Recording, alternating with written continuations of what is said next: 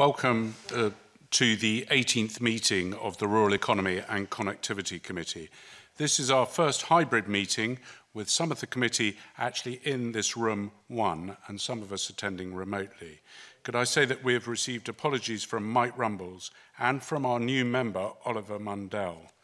The first item on the agenda is a declaration of interests, and this is because we have a new committee substitute, Graham Simpson, who is in attendance today as a substitute for Oliver Mundell. First of all, welcome, Graham. And secondly, can I ask if you have any interests that you wish to declare? I have no interest to declare. Thank you very much. So the second item on the agenda is the Agriculture Bill, UK Parliament legislation, and it's taking evidence on the Agriculture Bill specifically in relation to the Legislative Consent Memorandum, LCM S538A.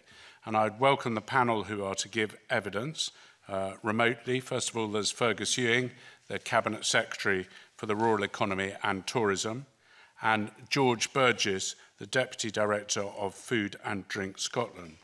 Before we move on to this item, I would like to go round and see if there are any members who wish to declare an interest. I'm going to start off by saying that I have an interest in a farming partnership. Peter. Likewise, Convener, I declare an interest in a farming business in Aberdeenshire. Thank you. And Stuart Stevenson, I think you want to make a declaration. I am the owner of a very small registered agricultural holding, but I derive no income from it. Okay, thank you.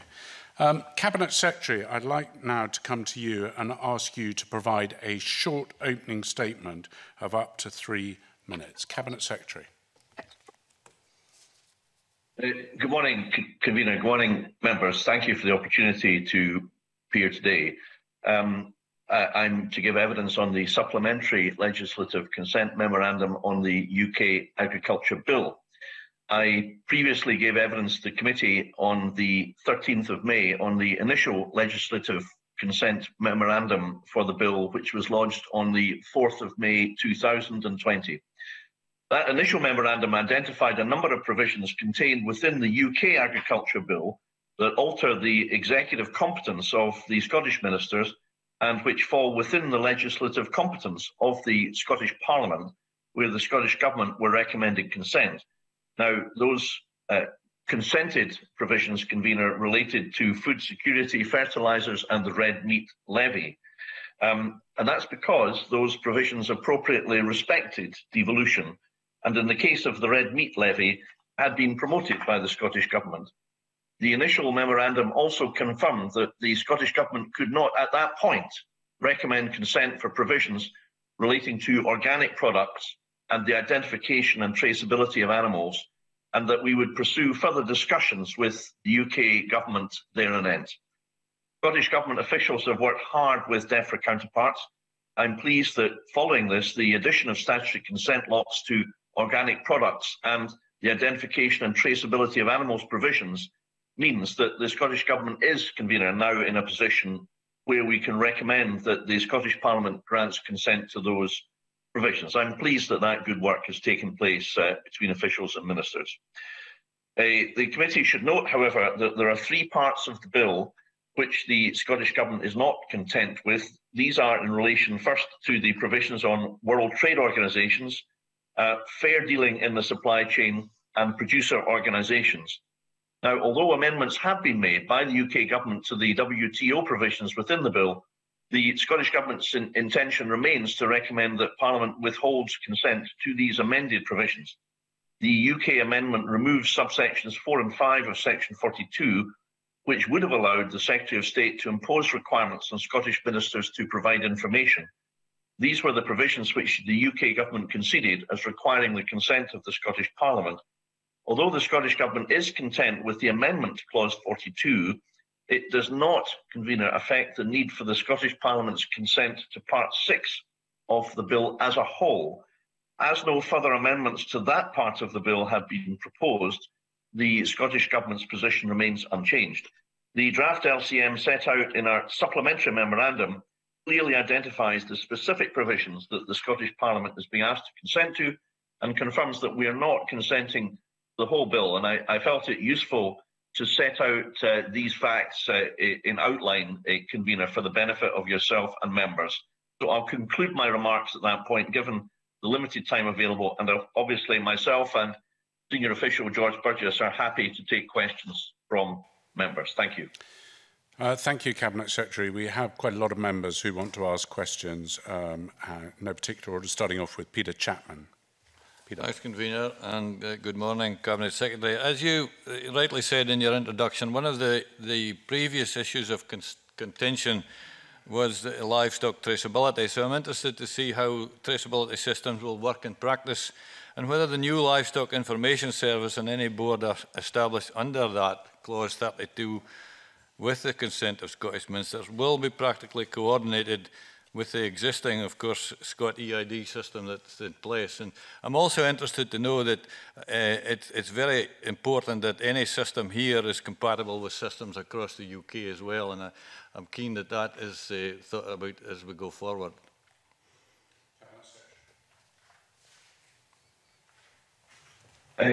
Yes, thank you, Convener.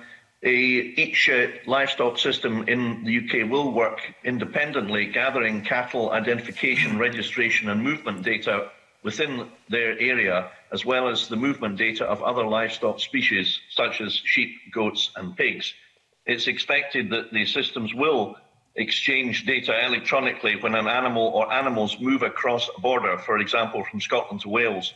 For cattle, this would include the animal's full history, namely date of birth, the identity of the mother, the sire, the father, along with every holding that the animal was moved to in Scotland. As Mr. Chapman says, this information is necessary, as we've known from experience, Convener, in the past, to prevent disease, or if disease occurs, to be able to deal with it effectively and trace animals to where they have been throughout their whole lives. So it is absolutely essential that the systems, albeit different within each devolved administration, speak to each other, exchange information. I'm satisfied that they do that, and I hope that that is a satisfactory answer to Mr. Chapman. Thank you, Cabinet Secretary. We'll move on to the next question, which is from Angus MacDonald. Angus. Thank you, Convener. Good morning, Cabinet Secretary. With regard to the WTO agreement on agriculture, and further to your reference to it in your opening remarks, I wonder if you could give the committee an update on discussions between the UK and Scottish governments on the provisions regarding the WTO agreement on agriculture, and whether the Scottish Government feels that the provisions as drafted will directly or indirectly affect Scottish competence on agricultural policy. Cabinet Secretary. Well, this has been a long-running show, Convener. I'm just mindful of the fact that I've discussed these matters in person with both Michael Gove and George Eustace over a number of years now, because this Ag Bill has had quite a long provenance. And it was quite clear from the outset, that the WTO rules was a sticking point. And we did argue initially that they did impinge on devolution in the way drafted in the Ag Bill originally. Originally, Mr. Gove resisted that, but I'm pleased to say that common sense prevailed, and it was accepted that one part of the WTO provisions in the bill did impinge on devolution. That's been corrected, and I welcome that. However, as I pointed out in my introduction, the clauses still allow the Secretary of State in the UK to carve up the UK's allowance under the WTO agreement, the allowance of financial support overall for farmers and farming support and rural policy. And this can be done without the need for agreement of the devolved administrations. Now, back in the Brexit referendum, Convener, pledges were given that post-Brexit, the total sum of support to rural Scotland and rural Britain would be at least matched. But this provision now, at least in theory, gives the UK government power unilaterally, without consulting the Scottish Parliament at all, despite the fact that farming has been a devolved policy for 21 years, from the outset, ab initio in devolution, to driving coach your horses through that. I think that is somewhat worrying, and it's very disappointing that, you know, having gone so far to admit that they actually were wrong initially, the UK government haven't gone a bit further to respect the Scottish Parliament and respect devolution. Angus, disappointing indeed, Convener. Could you just clarify, Cabinet Secretary, a point you made there where you said the funding would be matched? Was that for the length of that Parliament, or was that for forever that you were expecting it to be matched? Well, these were statements made by Michael Gove and George Eustace and others in the course of a referendum campaign, and they weren't promises that were restricted in any way in time. They were open-ended. I mean, people were asked to vote in the referendum on Europe, on European membership, on the basis of pledges that were given that the UK government, if Brexit happened, would provide at least the same level of support for rural Britain in perpetuity. Now, what I'm saying, Convener, is not necessarily that they will depart from that, but that the WTO powers can be exercised with them without reference to us.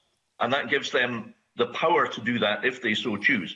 And the last point I would make, Convener, is that you know, the UK government has clearly said that they want to scrap the basic payments by 2027. Now, that means a radical departure where the direct income support payments that are enjoyed by farmers and crofters in Scotland would possibly be at an end.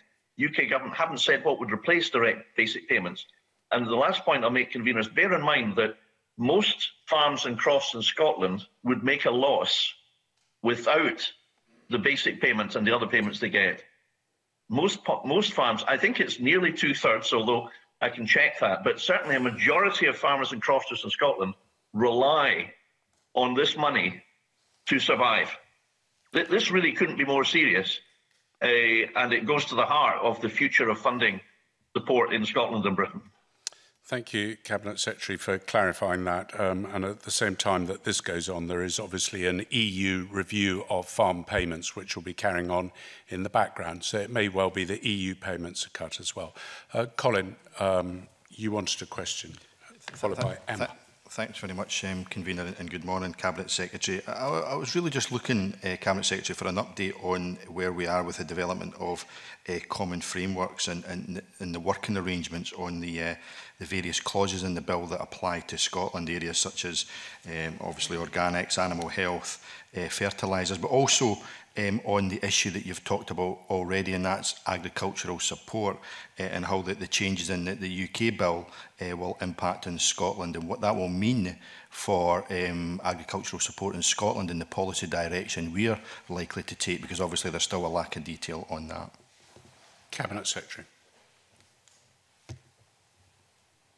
Well, actually, on the contrary, I mean, the Stability and Simplicity document gives more clarity in Scotland than anywhere else in the UK, up to 2024. And I've made this point before, so I won't labour it.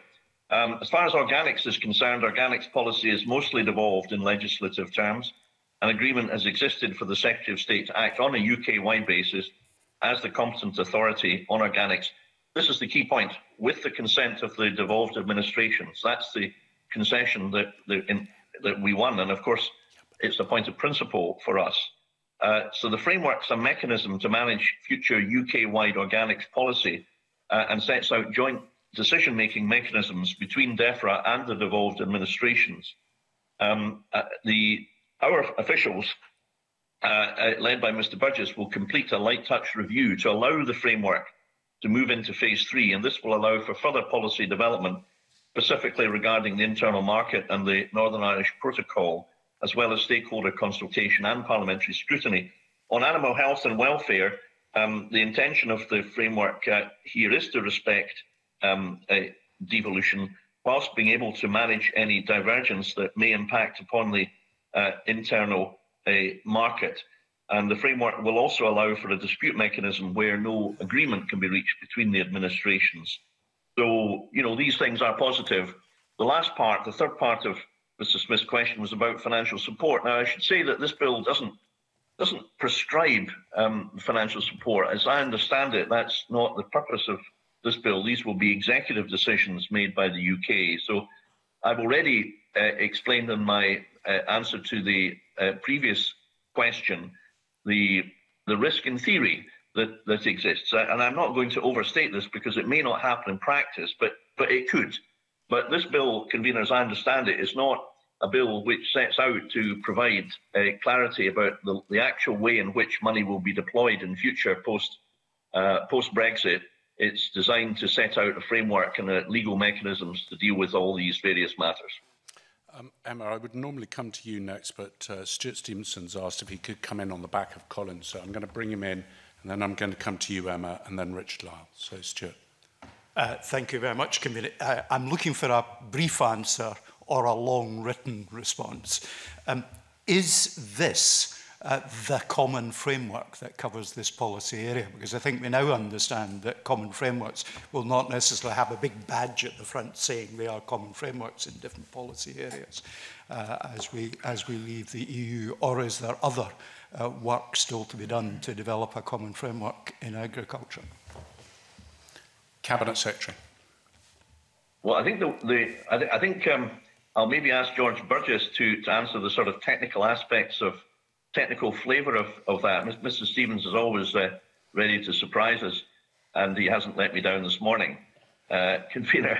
But I think it's suffice to say, as you would expect, that the work in the frameworks is at a fairly early stage because we haven't actually passed the bill which would formally create the mechanism yet. So the horse should come before the cart, and the cart hasn't really left the shed. So I'll maybe pass to George to see if he can add to that.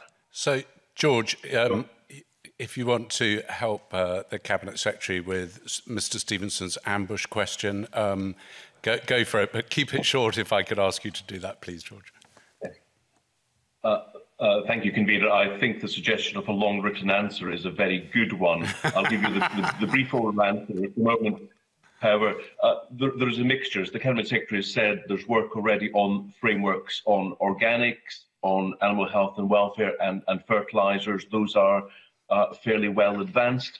In relation to the WTO agreement on agriculture and the limits that imposes on agriculture support, the UK Agriculture Bill and the regulations that we made under those are themselves a statutory framework. There will be an associated sort of agreement between the administrations on the administrative practices of how we support that. I understand that the DEFRA has been working on a draft of that, but yet to see it. We have been, despite the difference of view on the WTO clauses, we have nevertheless been working hard and closely with DEFRA and the other devolved administrations, and I think as a result of that we're getting draft regulations into a rather better space than they might otherwise have been. Thank you, and I think your answer has just excused you from the long written answer that Stuart Stevenson suggested. But Emma Harper, followed by Richard Lyle. Emma. Thank you, Convener. Good morning, Cabinet Secretary. You made a comment in your opening remarks about fair dealing obligations and producer organisations. I'm wondering if discussions are continuing with the UK Government, and where would you like to see producer organisations and fair dealing obligations end up? Because I'm sure this is something that we need to make sure that this Parliament consents to anything that is rather than being imposed on us, that this Parliament consents to processes around fair dealing obligations and producer organisations. Cabinet Secretary. Well, I think we simply wish to have the same principle enshrined in relation to fair dealing and POs as have been enshrined in relation to organics, animal health and welfare and others, namely that nothing will happen without the consent of the Scottish Parliament. I mean, that's the sort of golden thread that runs through all these discussions, convener. It's a matter of principle that, we do work. I think this LCM, supplementary LCM, shows that we actually have worked constructively, ministerially and with officials between the two administrations. We have made progress thanks to a lot of elbow grease, but we haven't quite got there. And I'm a bit baffled as to why not. And I've had perfectly amicable exchanges with Michael and George Gove and George Eustace. So it is baffling, really, why the UK government won't go that extra mile to deal with these matters. I mean, producer organisations have been devolved for 21 years. Their role, I think, in the future way in which we support rural development is going to be key, not least because they can bring together services for farmers such as provision of machinery, provision of labour, Ringlink, a great scheme of providing training, which otherwise wouldn't happen without PO's involvement, and also getting a better deal for farmers for their grain, for example, Highland grain, for example. So POs are absolutely a heart of future policy, not least how we support financially farming as a whole. And therefore, you know, this is actually something that could be of practical importance. So the answer is yes, we are still working with the UK. Yes, to Emma Harper, we are still trying to persuade them. And yes, as an optimist, I hope that we shall succeed. But for the moment that we haven't, and I do very much welcome the opportunity just to highlight these issues this morning, Convener.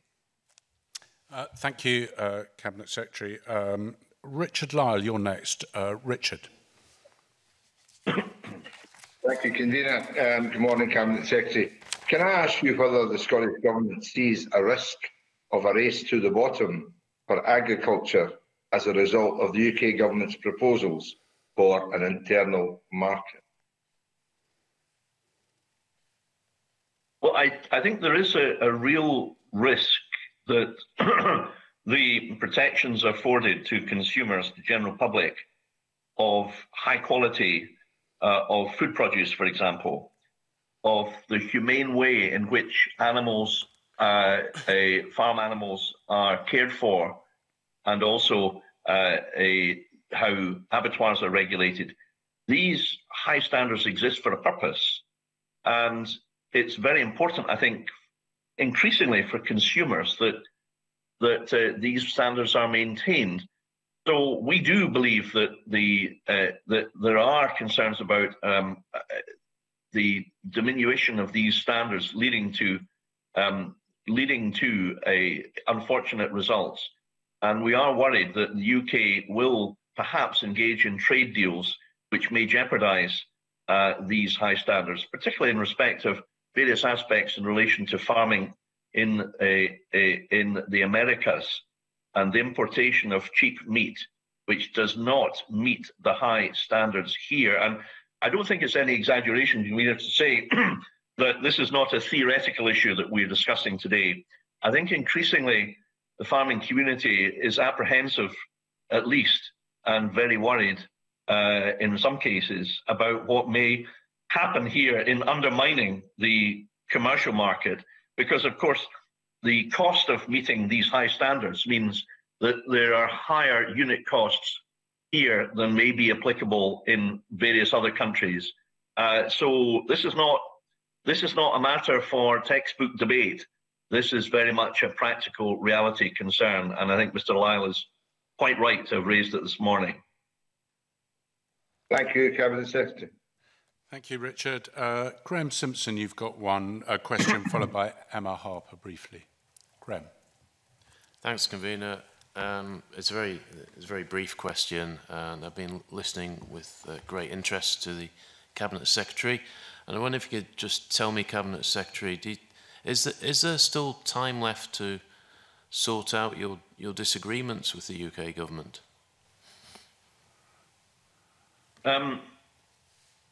I think that the answer to that question depends on the parliamentary procedure in Westminster, but I think the answer is yes. And if it's not, then George Burgess should contradict me right now. But I think the answer is it's not too late to sort this out. The bill hasn't completed its passage through Westminster. Simple changes are all that's required. So my understanding, Convener, although I haven't researched this before the committee, is that there is still time to correct these matters before the completion of the passage of the bill through Westminster. But as I say, if I've got that completely wrong, then you know, my official George Burgess will come to my rescue. Not for the first time, I should say, but I think that's probably the case. It doesn't sound like you need rescuing, unless George wants to come in on something. I think, Convener, it would be really useful if we did have the answer to that. George, do you want to clarify that? Yes, very briefly. The bill has completed committee stage in the House of Lords, so it has 2 further amending stages, the report stage and third reading in the House of Lords. There are opportunities for the bill still to be amended. Indeed, the Scottish Government has already prepared the necessary amendments, and those were published at an earlier stage. So it would be a relatively easy exercise for those to be taken off the shelf and lodged as amendments for the next stages. Thank you, George. Emma, you wanted to come in briefly, I think. Yes, thanks, Convener. It's just a brief question that the Cabinet Secretary talked about US food standards, and I know that there's a difference between production and processing, and in the US they've systematically started to deregulate meat processing, and they've got a higher use of antibiotics leading to antimicrobial resistance, as well as hormones in their beef and their pigs as well. So I'm interested in obviously promoting standards and protecting the provenance of Scottish produce. But in the UK internal market proposals, does Scotland have a say in future trade deals or trade negotiations? Does Scotland have the ability to say what we want? Cabinet Secretary.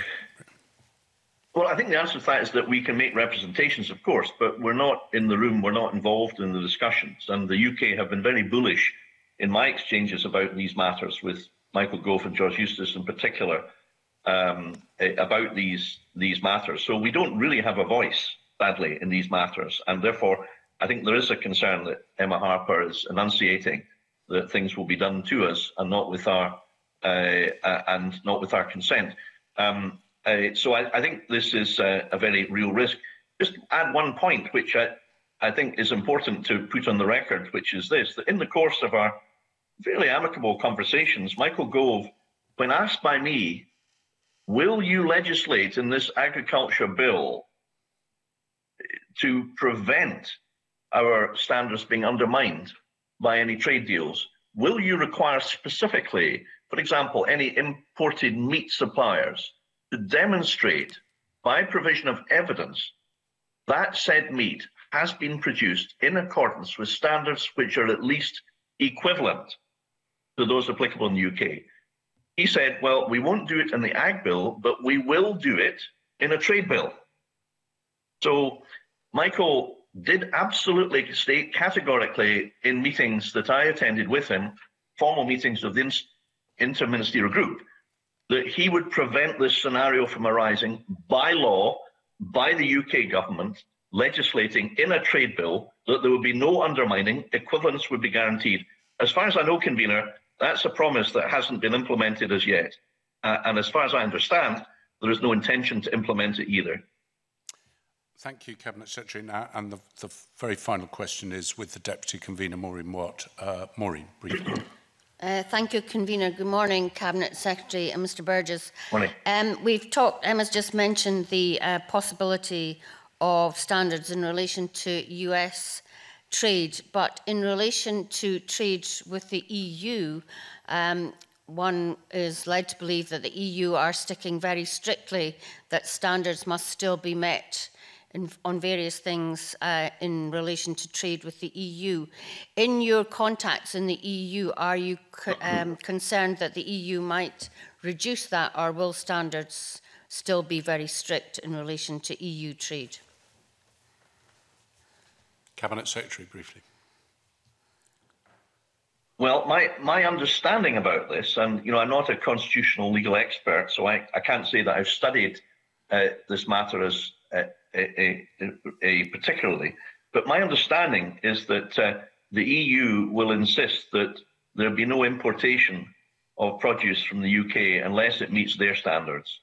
That they will, in other words, insist on equivalence to their standards, the ones that we presently support and implement, and that therefore, were we to go down the route of deregulation, that could, in theory, jeopardize the export markets to the EU. Now, the export markets to the EU in respect to farming, as as members will know, are absolutely critical. I mean, a very substantial proportion of lamb exports go to France, for example, and we are worried that a no deal at the end of the transition period would impose tariffs of 40–50% on lamb, and the UK promised a compensation scheme would be prepared, and I raised that at the last two IMGs, and I very much hope that the Treasury will sign up to that, as Michael Gove promised they would. But the risk that Maureen Watt, I think, identifies is a real one, and it's really another question in the Brexit debate where there has been no answer as yet from the UK government, and it really would be helpful, I think, for the sake of farming across the UK, if that particular matter that Maureen Watt has quite rightly raised this morning could be clarified. Thank you, Cabinet Secretary. And before we go on to the next stage, I would just like to record the committee's thanks to the DPLR committee for producing the report they did quickly after they considered this LCM yesterday, which was circulated to members late last night. So I think it's always helpful to have their comments in advance of our meeting, and I'd just like to record the work of that committee and their clerks to make sure that we had that information with us. Now, just to remind Mr. Lyle, I'm going to ask a question. If you disagree, you need to, because I can't see you on the screen, record or agree. You need to record, oh, I can see you on the screen now, but record it in the chat room and the clerks will keep me informed. So my question, therefore, to the committee at this stage is, are members content to recommend the committee's report that the Parliament should agree the draft motion set out in the LCM? Are we all agreed? Okay, I think there are one or two questions that still remain unanswered. So just for a matter of the record, as we've done before in LCMs, I would suggest that with the clerks submit those, just so we've got them on the record, the answers on the record from the Cabinet Secretary. Is the committee happy to do that? Okay, thank you very much, and that completes our consideration of the LCM. I'd like to thank the Cabinet Secretary and George Burgess for attending the meeting, and I'm briefly going to suspend the meeting to allow witnesses to change over. So the meeting is suspended.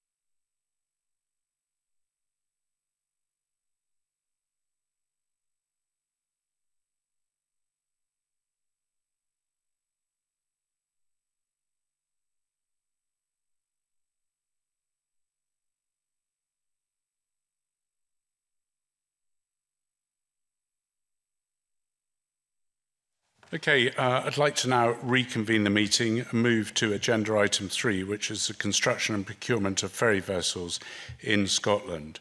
This is evidence on our inquiry onto the construction and procurement of ferry vessels in Scotland. This is our last scheduled session for the inquiry. We have two panels today with the Scottish Government ministers. And I'd like to welcome the first panel here, which is Paul Wheelhouse, the Minister for Energy, Connectivity and the Islands, and Fran Pacitti, who is the Director of Aviation, Maritime, Freight and Canals, Digital Connectivity, Scottish Government. A very long title. I'd also like to welcome Stuart Macmillan, who is joining remotely this meeting, and we also have Richard Lyle, who is remotely connected as well. Cabinet Secretary, Would you like to make a short opening statement, please? Thank you very much, Convener, and good morning to colleagues here and online. I welcome the opportunity to address the committee today in my capacity as Minister for Energy, Connectivity and the Islands. Since August 2018, following allocation of portfolio responsibilities, I've assumed the responsibility for ferries policy, and in that capacity, I would first reiterate the Scottish Government's commitment to our lifeline ferries and the many communities they serve. I'm proud of the ferry services that operators deliver to support and develop our island communities, and I am proud of the staff and crews that deliver them.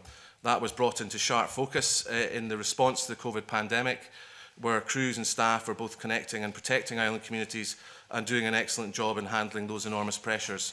Scotland Ferries also play a pivotal role in supporting the easing of lockdown and the economic recovery, and we will continue to work with local authorities to balance the requirements of restarting tourism and reviving the island's economies with the need to act safely to protect the health of our island communities and ensure provision for key workers to have access to key services on the mainland and for health services, for example, and for social contacts to be maintained. I would also highlight that I and my colleagues fully support this parliamentary inquiry and are keen to ensure that we present the facts to the committee. We share the committee's ambition to identify and address current and future challenges and opportunities in the procurement and operation of vessels to support Scotland's ferries networks and to ensure that future arrangements are optimised as we seek to modernise the fleet. The committee has heard a range of complex evidence and views throughout its hearings to date, and in order to collate and in some cases correct inaccuracies in what has been put forward, we have submitted a detailed written statement for consideration by the committee.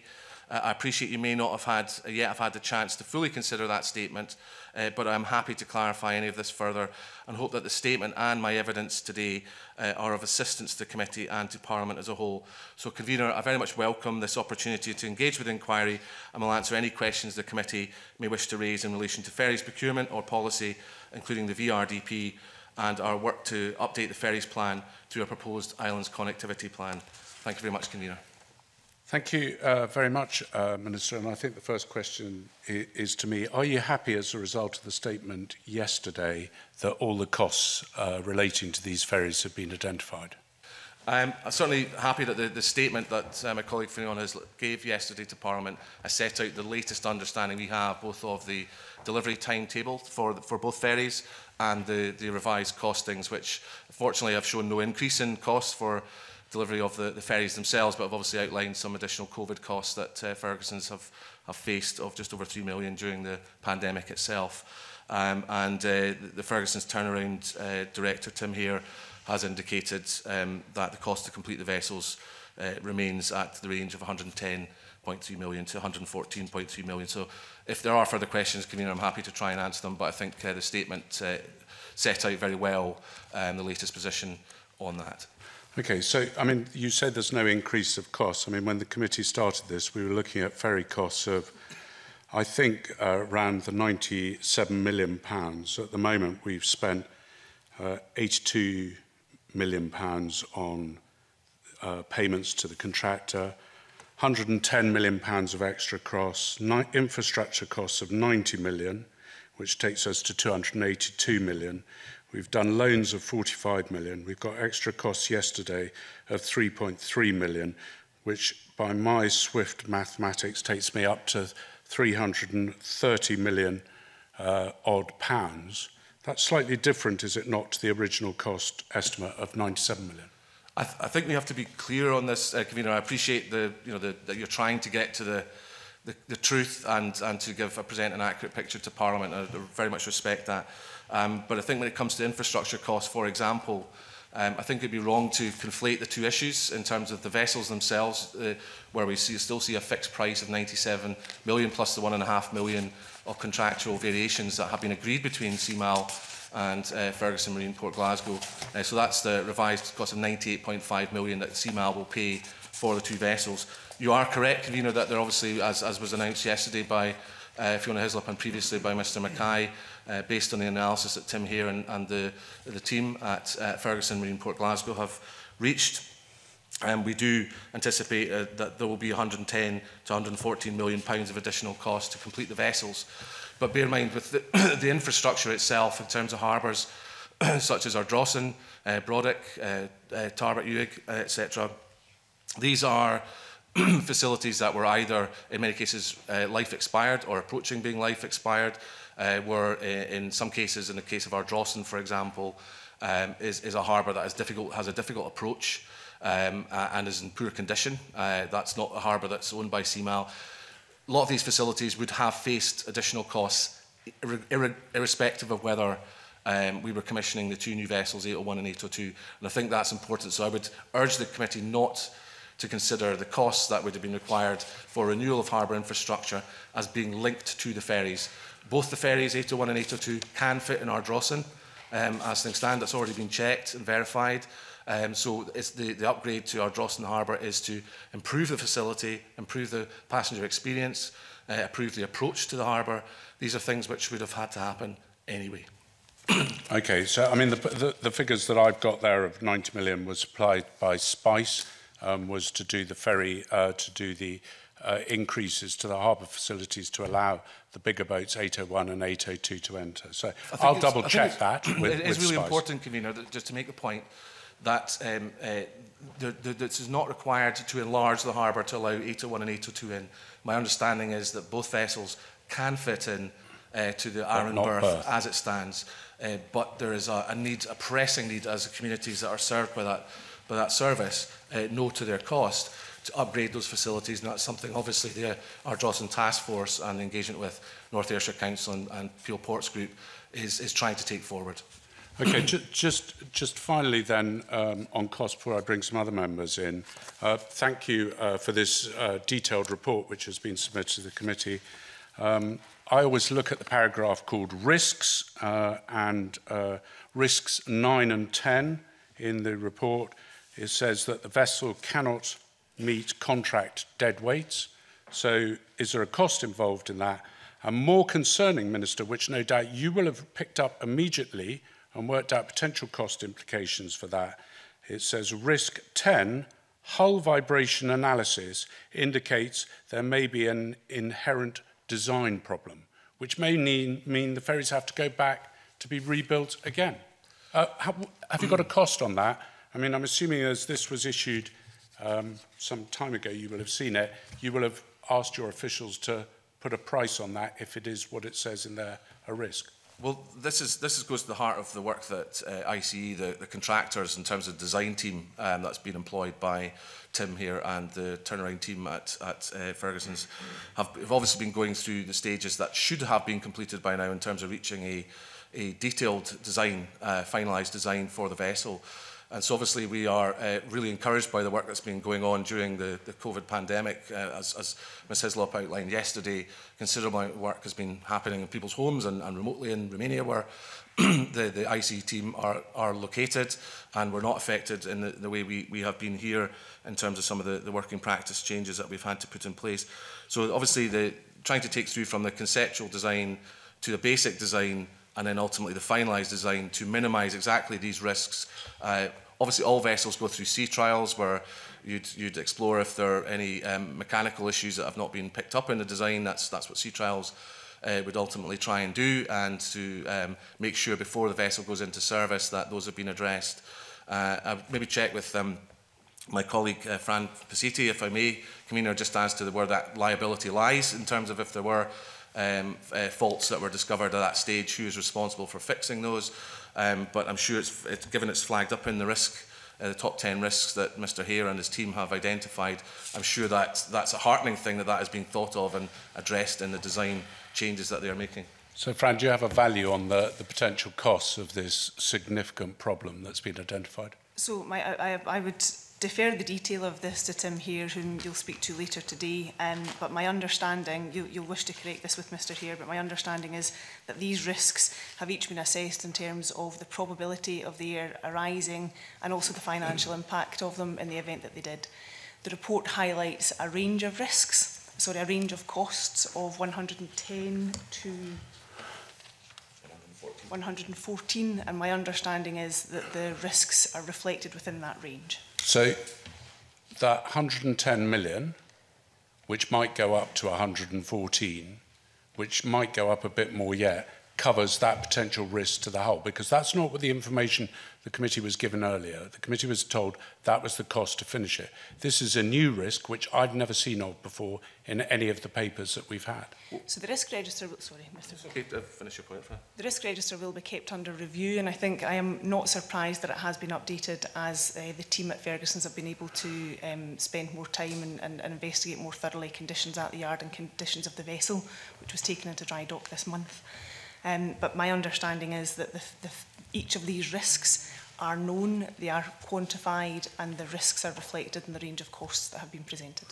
So there'll be no extra costs if the hull's faulty? Well, if I may just comment, Convener, that obviously there's still remaining 5.5 million of contingencies in the figures that Fran and myself have quoted this morning, so that there's still scope within that for additional costs to be absorbed without having to require additional funding up to that 5.5 million. Obviously, if it exceeds that, then we're into new funding territories. So that's normal for project management purposes to have a contingency in a complex design such as this to allow for any additional costs. And the other thing I would say in respect of the 10 risks that have been identified, I think might be something to address to Mr. Hare himself, as Fran says, but this list of 10 risks is changed from the previous risk list, and items have dropped out. So it may well be that's something that's been identified all along, but this is the first time it's appeared in the top 10, because other matters have dropped out of the top 10 list as they have been addressed by Tim and the team at Ferguson Marine Port Glasgow. Okay, thank you, Minister. John Finney, you wanted to come in, followed by Graham Simpson. John. Thank you very much, Convener. It's about the exchange that you had with the Minister about the harbour design, Minister. I know you want to be upbeat, and I'm very supportive of the workforce there. I think they're doing a very fine job. The however in this is, we've been here before with ferry design and harbour design, and I think of the upgrade at Ullapool. So if we are going forward, we need to understand that the ferry design in itself isn't the only factor. The local communities were ignored in relation to the crossing to Lewis. A vessel that was many thought unsuitable requires significant upgrades. So how does this all come together going forward?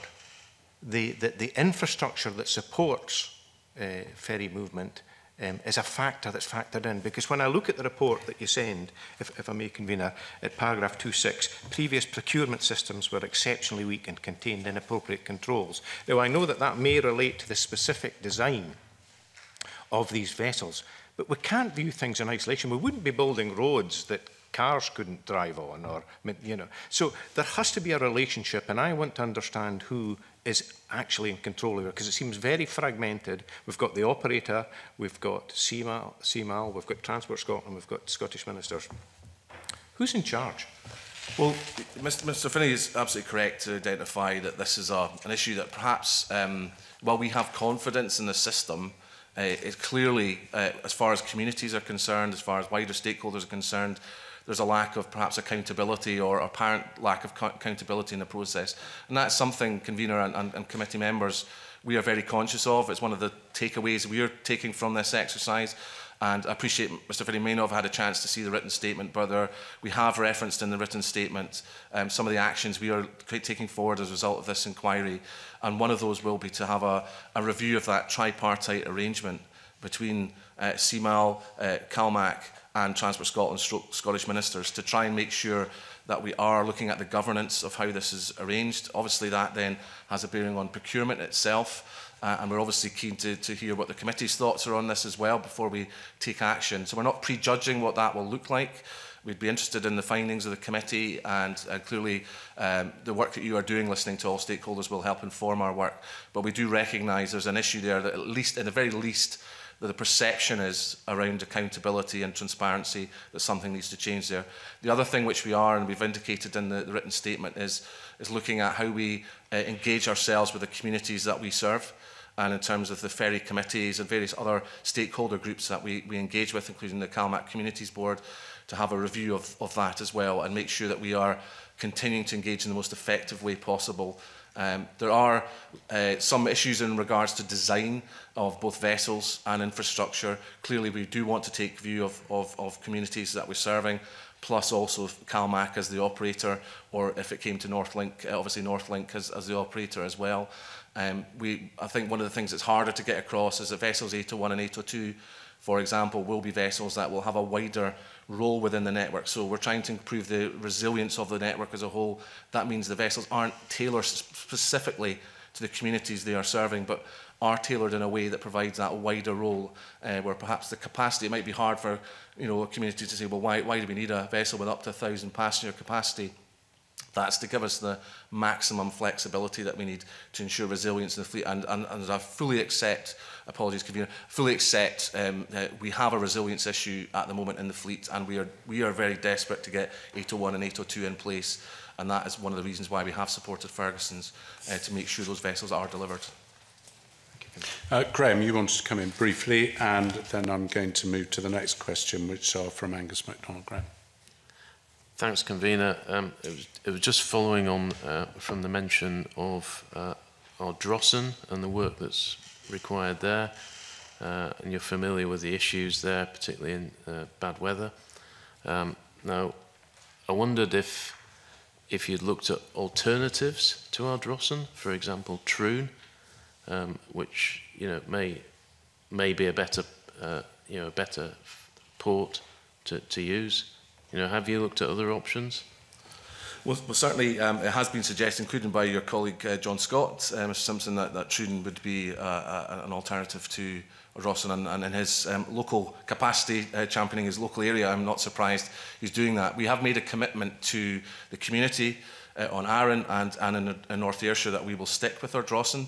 The task force that we are taking forward to look at the infrastructure requirements at Ardrossan itself is a well developed. It's taken longer than anyone would like. Obviously, the harbour is not owned by the Scottish ministers. It is a Peel Ports Group owned harbour, and North Ayrshire have a key role there. We have made commitment through that task force to use Ardrossan for the long term. There may be a role, and this is what we've been exploring during the development of our plans for Ardrossan, a role for Troon during the construction period.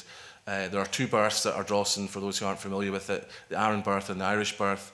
The Irish berth is not set up for the prevailing wind conditions that occur at Ardrossan, and as I've already said, Ardrossan is a difficult harbour at best of times on its approach, and that's with the Arran berth, which is set up for the prevailing wind conditions.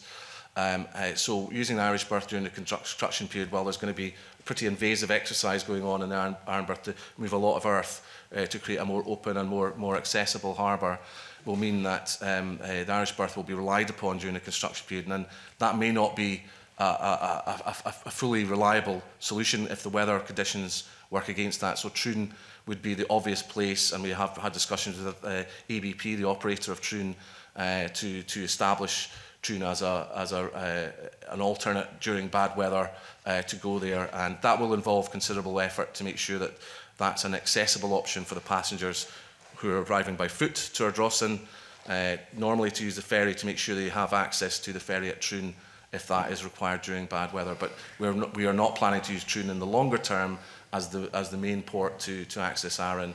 It may have a role in future as a refuge port, and that's something that we will discuss with the operator.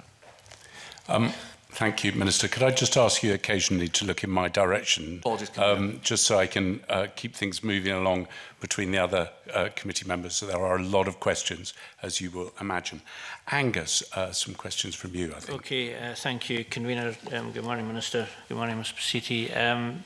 Firstly, can I thank you for you and your officials for the detailed written submission that you referred to earlier in your opening remarks. It's very helpful. Looking at the procurement process, could you provide a brief chronology of ministerial involvement in the specification of the new ferries and the procurement exercise, highlighting in particular which decisions were taken by ministers? Well, thank you to Mr MacDonald for his kind remarks about the written statement. I appreciate it's a lot of material for the committee to read, but I hope it is of assistance as I know Fran and the team of officials hope as well, that it addresses a lot of the questions the committee have raised.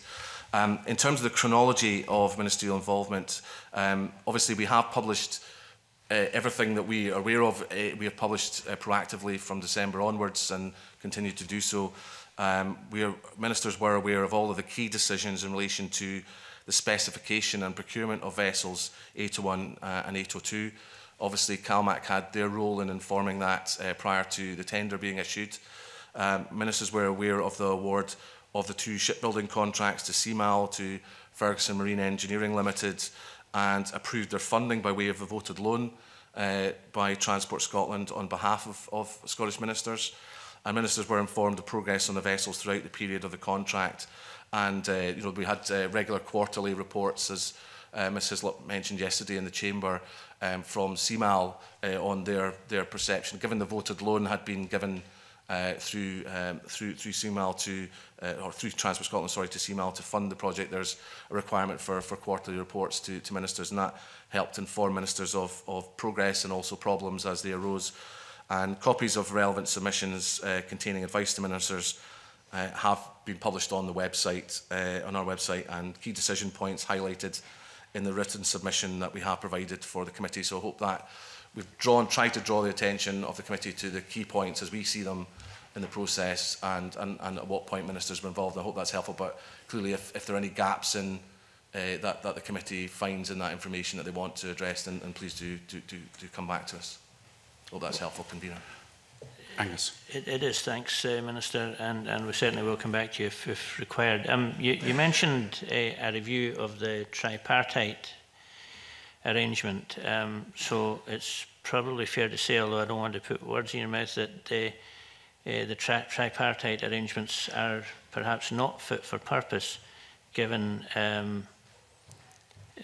given your earlier statement. So basically, would you say there's a need for CMAL anymore?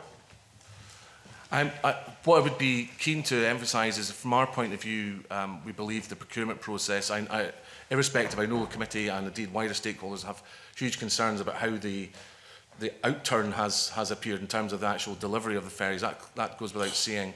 But in terms of the procurement process itself, that we have confidence in that process.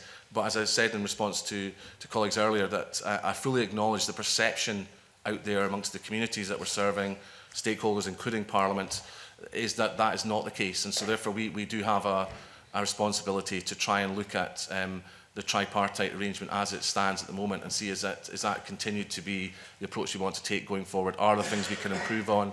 I should say that all parties in that, including Scottish ministers and our officials, are collaborating in that very positively, and CMAL are engaging in that, as our CalMac.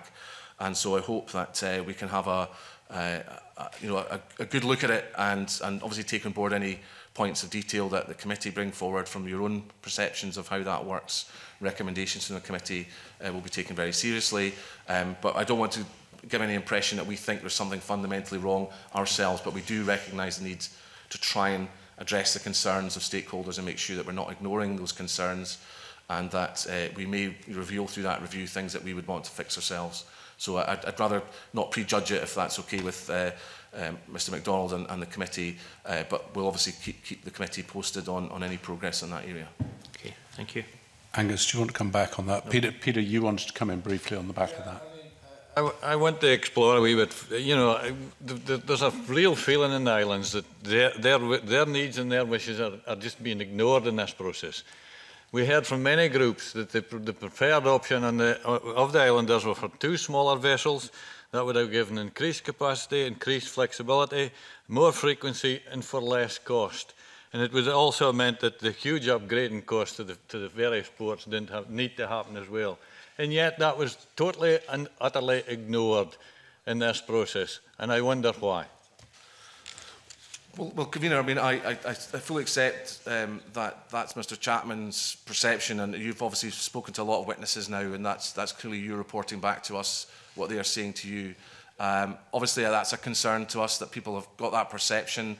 The last thing I want is for communities to feel like they've been ignored in the process. We are looking at the vessel replacement deployment plan that we are developing, our future islands connectivity plan, as outlined in my statement, to try and engage better with our ferry users and also the operators as well, of course, because they have a key role in this too.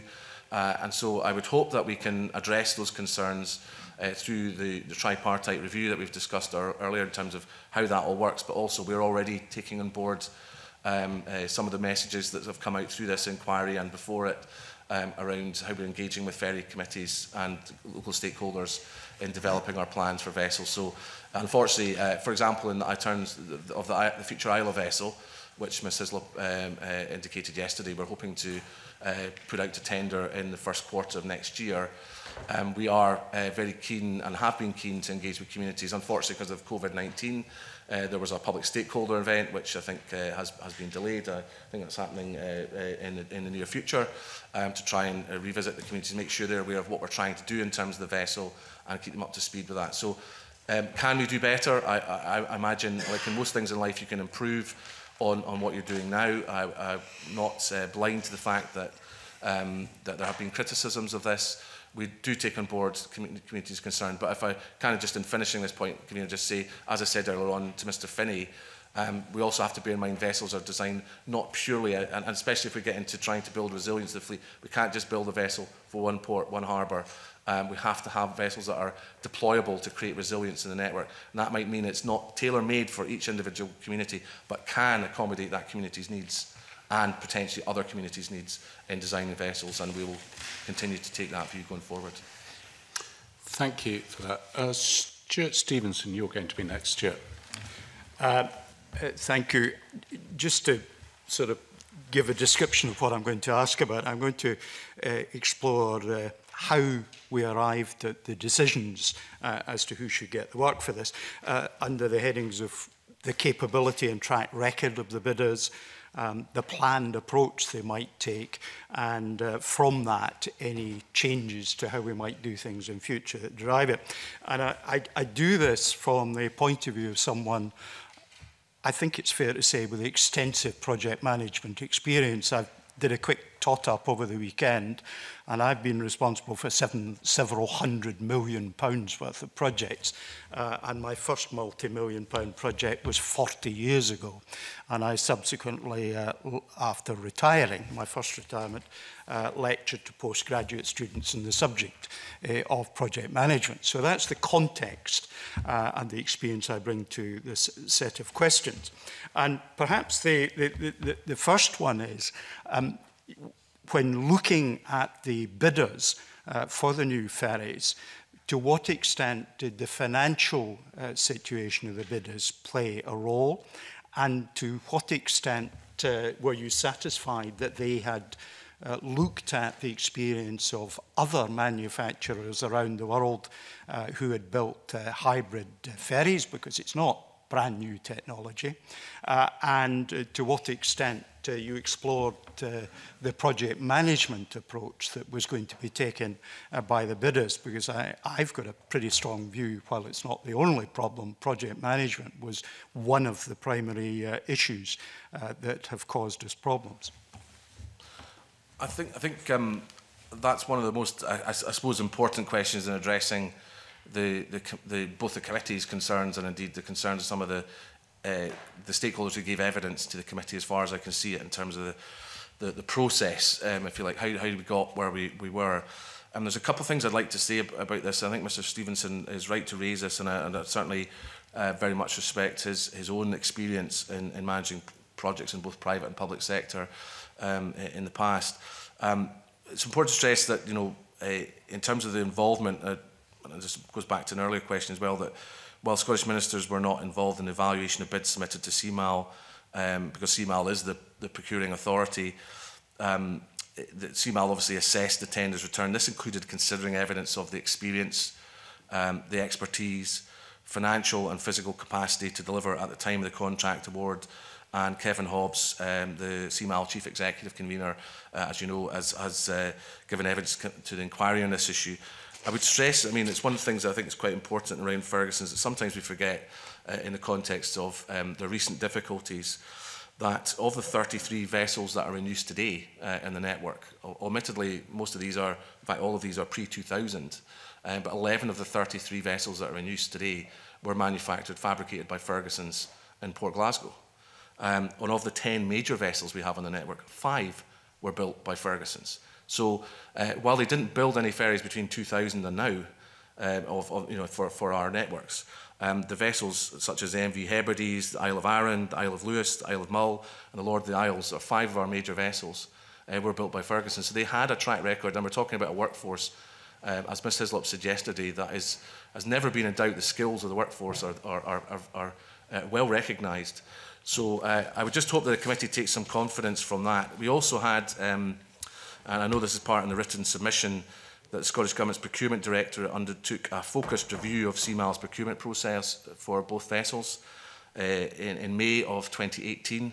The findings of that review were published on the Government's website in December 2019 alongside other papers, and that concluded there was no evidence of any problems or areas of concern arising from the procurement process itself. So I'm comfortable, as one of the ministers involved, that the procurement exercise was conducted appropriately. Scottish ministers have confidence in CMAL's competence as a procurement authority and are satisfied that the process adopted in the procurement of vessels 801 and 802 was robust. But as I've said to other members, I recognise that the perception is not that way amongst the wider community, and therefore that's something that we have to address in terms of the tripartite review that I've discussed, and make sure that feeds through into any recommendations there are for how procurement is managed in the future. But I hope that addresses Mr Stevenson's question in terms of my confidence in the process, and that, as I understand it, this has been reviewed by the Procurement Directorate, that adequate account has obviously been taken of the factors he listed around experience and the track record and the financial viability of the business before the contract was awarded.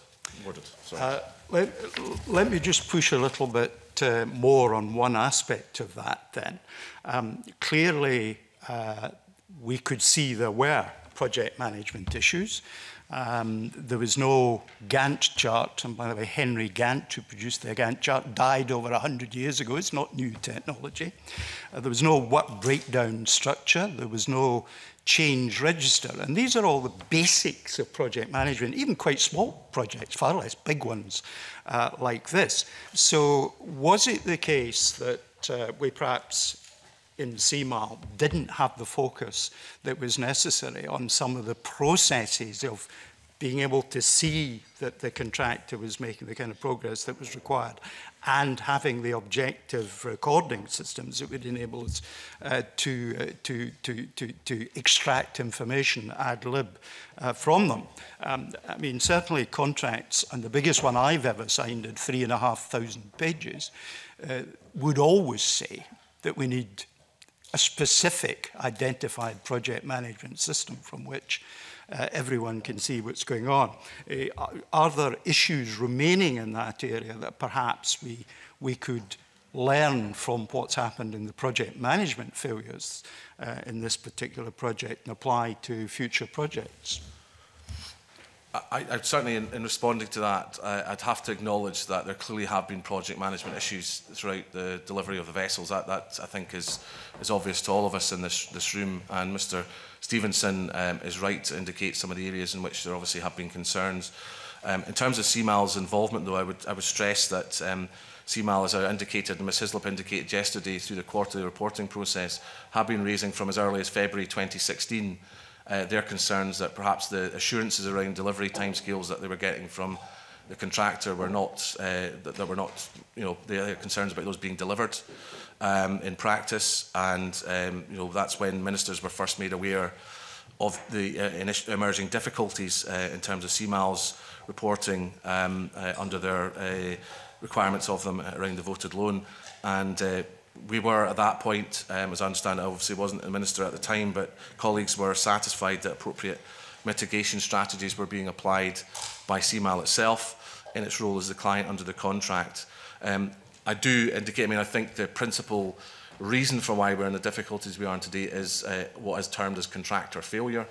That is obviously something that is, I appreciate would be challenged and debated by Mr McCall and the team at Ferguson's. That's clearly, they dispute that, but I think independent reviews of the process have concluded that contractor failure has been the cause of this, and obviously you have the opportunity to discuss this with Mr Hare later, but that's certainly something that has been indicated by Mr here from his initial involvement with the turnaround of this business.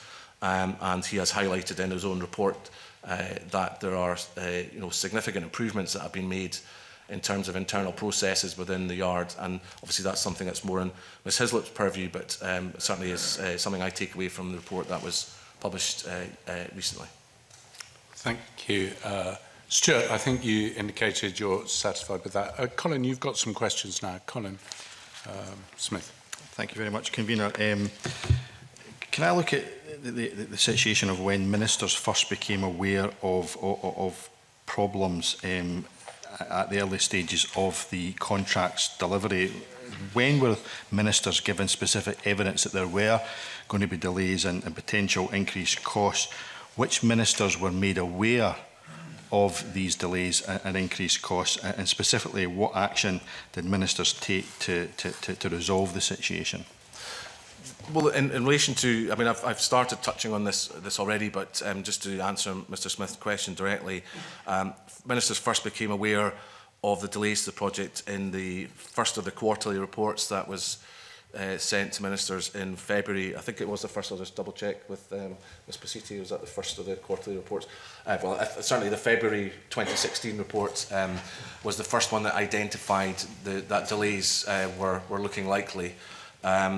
And that was routine reporting, and at that stage ministers, as I say, were satisfied that appropriate mitigation strategies were being applied by CMAL in its role as a client. I was just going to check which ministers were involved at that time. If you give me Mr Smith, as I just check my own records here, because it obviously predates my taking this role. But I would imagine that the Cabinet, certainly the roundabout time Cabinet Secretary for Economy, Jobs and Fair Work, Mr Brown, and presumably the Transport Minister at the time would have been notified of that. And given the fact that you haven't really covered, I suppose, the detailed actions that ministers took during the course of this, and it might be helpful to do that, but given the fact that we know, even excluding infrastructure costs, that the bill for the construction of these ferries has doubled, are ministers, are you satisfied that the specific action that ministers took was successful? Well, clearly that's a matter that I'm sure the inquiry is trying to get to, and I appreciate that. Clearly it's not a satisfactory situation that we've ended up with the cost overruns. I don't want to in any way present that as being something that we would have sought to end up with outturn. We have now. But in terms of actions that were taken, obviously, as I say, mitigation approaches were taken by CMAL. In terms of actions that were taken, as I understand it, they're all contained in the written statement, but ministers convened a meeting with Mr McCall, following which FML established a war room, as they termed it, not our term, but their term, to refocus its efforts. And at that time, it seems, CMAL were reporting to us they felt there was a pick-up in urgency and effectiveness of FML at that time. So from a point of view of the client, CMAL, they saw there was a response to that concern following that meeting that was held. Ministers brought parties together to encourage them to work constructively, and ministerial colleagues sought assurance from CMAL that it was acting responsibly and flexibly where that was possible to assist FML's cash flow pressures where appropriate to do so, and revised payment milestones were put in place at the request of the yard to try and help them. So we encouraged FML itself to bring its purported contractual claim ultimately to allow the impasse between parties to move on. So it has obviously been a situation that has evolved over time. Initially, there was just some indication of some slippage and delays. It became more serious as time went on, as the cash flow problems became more serious in the business. And obviously, as is set out in the written statement to the committee, a number of steps were taken by the government to try and assist with those cash flow problems and to encourage the parties to work together to resolve issues around design as well. But are you satisfied, given the review that you've clearly carried out of the actions of government, are you absolutely satisfied, and can you categorically say that ministers took absolutely every single action possible to get this construction back on track and back on budget, given the fact doubled the cost and 5 years late? Well, as I tried to acknowledge, obviously I've taken on responsibility since August 2018. I was not present during the earlier discussions. From what I can gather from colleagues, that every reasonable step was taken to try and resolve the situation and to encourage the parties to work together to try and get the project back on track. It's obviously been very disappointing to see the outcome that we now have, although I'm heartened by the fact that so much progress is being made by Mr Hare and the team at Ferguson Marine Port Glasgow now to turn the business around, working in partnership with the trade unions, and there's a much improved atmosphere within the yard, as Ms Hislop was saying yesterday. So I think we are in a better place than we were a year ago in that respect, but we have obviously had significant difficulties to encounter throughout. So it's not a satisfactory situation. So, and to have reached this point, but I'm satisfied that the government is doing everything it can to make sure we deliver the vessels as quickly as possible, and while protecting the jobs in the yard and the economy around Inverclyde as well. And that's something that's been very important throughout this whole process. So we have acted appropriately, I believe, to achieve those aims. But is everything perfect between then and now? Clearly there have been problems that have arisen, and it's for the committee, I think, to make recommendations to us as to things they think you as members of the committee on behalf of wider stakeholders want to see improved. And I think you highlight an important point, Minister, that it's difficult to do that when we can't actually hear from the ministers who made these decisions. But the committee has also heard conflicting evidence regarding who is responsible for the increased costs and the increased delays. So who, in your view, is ultimately to blame? Who has primary responsibility for this fiasco?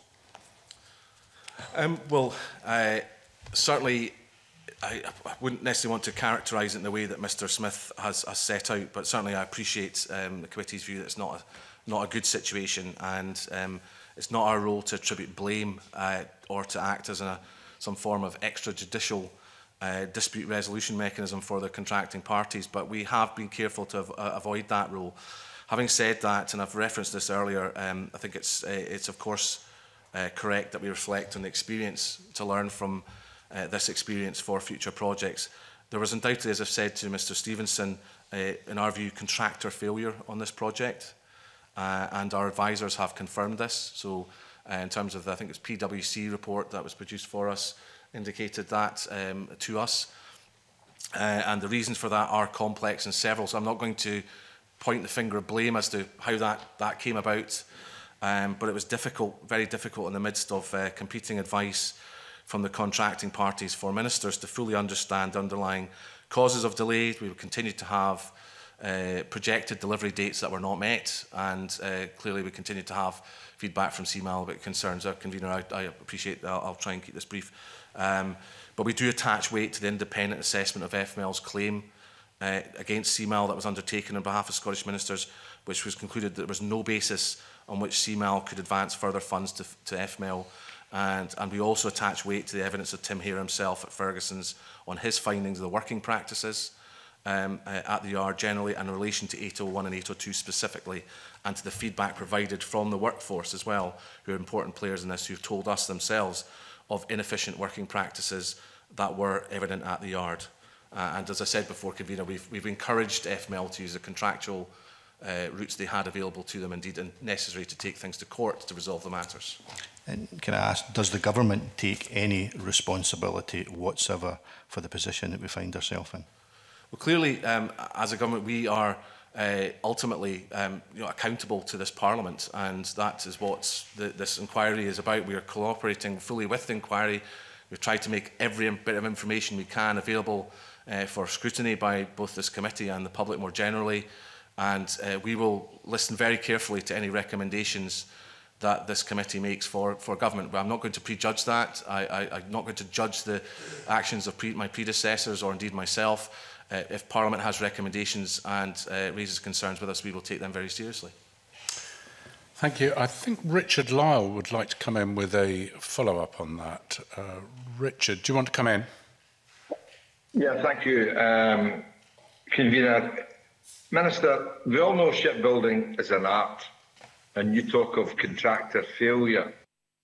Previous witnesses have suggested that part of the problem in building these ships was that different sections of the ships were to be built just along from the yard then transported by barge and then fitted to the ships in the yard. Do you believe that since this possibly was not done, this contributed to any delay as the construction was done in the yard, contrary to what was previously proposed? Minister. I think Mr Lyle raises an important point. I appreciate that many of the committee members may have had a chance to visit the warehousing facilities and as well as seeing the yard itself, I understand. And so you will probably have a better idea, actually, than myself. I've been to the yard, but not the warehousing facilities, as to the kind of logistical issues that presents for the team at Ferguson's. As I indicated in my previous answer, we obviously are well aware of the workforce's concerns about some of the inefficiencies on the site. So that is clearly something that Tim here is trying to resolve. There's been disrupted to some extent by some of the impacts of COVID-19, and that the work at the yard wasn't regarded as essential activities around the beginning of the pandemic, and has only been able to reopen subsequently as the economy lockdown has eased. So Mr Hare and his team are now, as I understand it, trying to address the inventory, and I think it was Ms Watt raised the question in the chamber yesterday of Ms Hislop around this issue, and there's work undergoing on that respect to try and make sure as efficient an arrangement as possible in the context of the facilities that are available to Tim Hare and the team at Ferguson's is now taken forward. So that's maybe an issue that the committee can pick up with Mr Hare and Ms Hislop, but that I do think working inefficiencies have been part of the problem, but not the entirety of the problem that the yard has faced. Richard, do you want to come back with a follow-up? Richard? No, basically that's fine, Convener, thank you. Okay, Stuart McMillan, I think you wanted to come in at this stage. Stuart?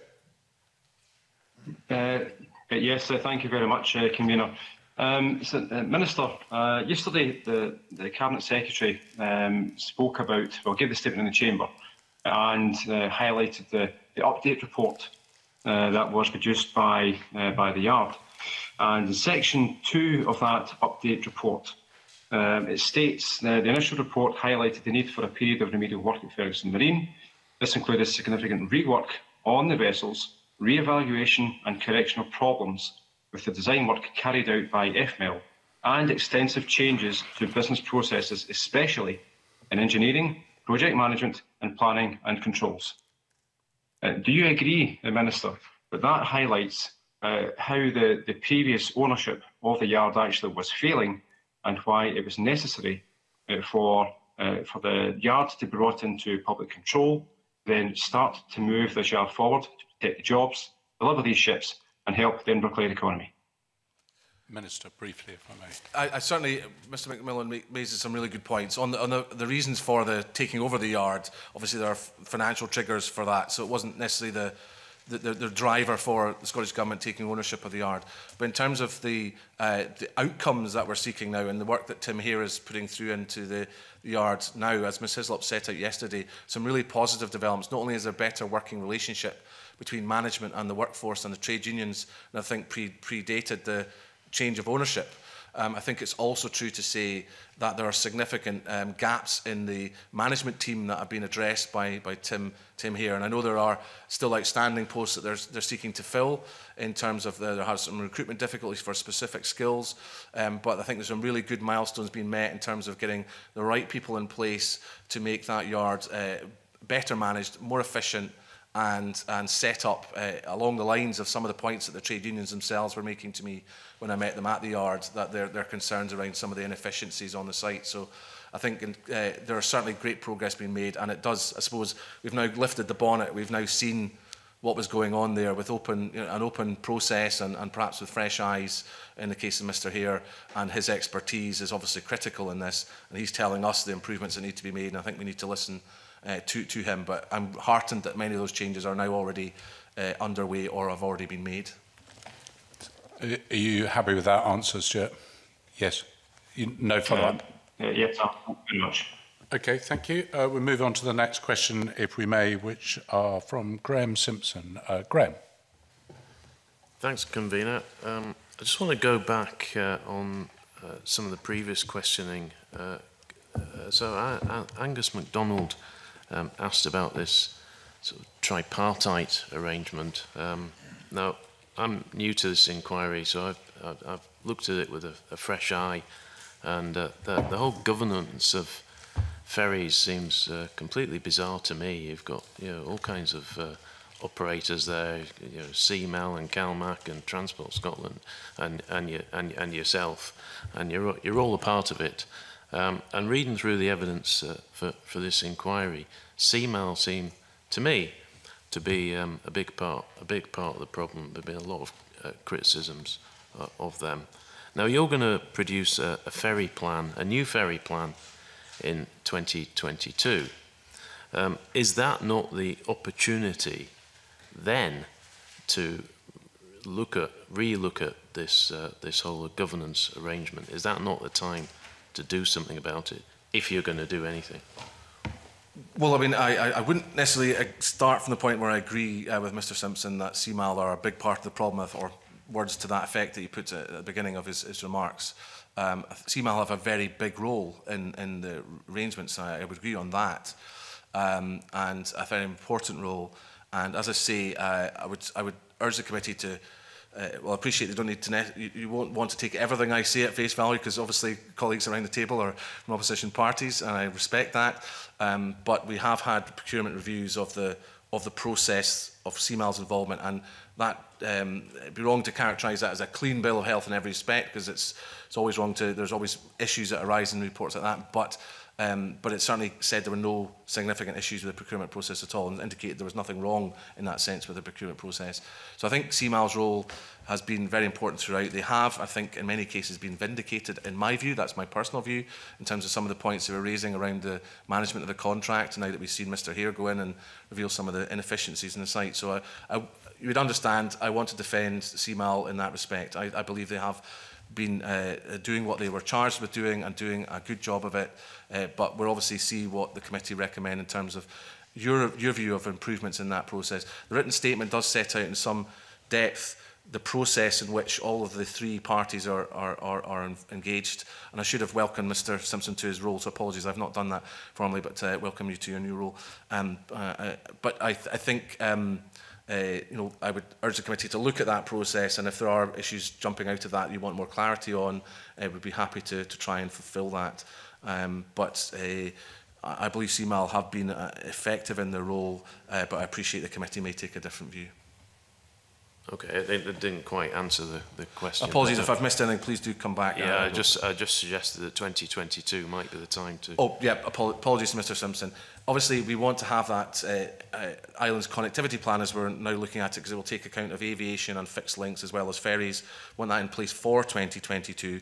So I think it's important that we do that tripartite review now, so we have early sight of any recommendations as to how we take forward the successor to the ferries plan, and indeed to inform the VRDP, the Vessel Replacement and Deployment Plan, that is being worked on at present. So that is important, because obviously we've got ferry procurement decisions to make, not only the Isle of Vessel, but we are now engaging with communities served by the Guruk-Dunoon ferries on replacement ferries for that route.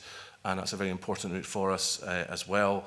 So we have to get this right going forward. There are decisions that are going to be taken between now and 2022, potentially this would have an influence on. I don't know whether Ms Pasiti can want to come in. She's leading on this work. Briefly, Fran, if you'd like to come in. I think the relationships between Transport Scotland, CalMac and CMAL are complex, and necessarily so. They're not unique to the approach that's adopted in Scotland. You've heard the inquiry has heard evidence from CalMac that a similar distinction between the owners of vessels and those who charter the vessels is common practice globally. I am receptive, though, or I'm mindful of the perception that there is a lack of transparency or a lack of accountability around the decision maker. So I'm not defensive, and would echo Mr Wheelhouse's comments that we are receptive to any feedback on that.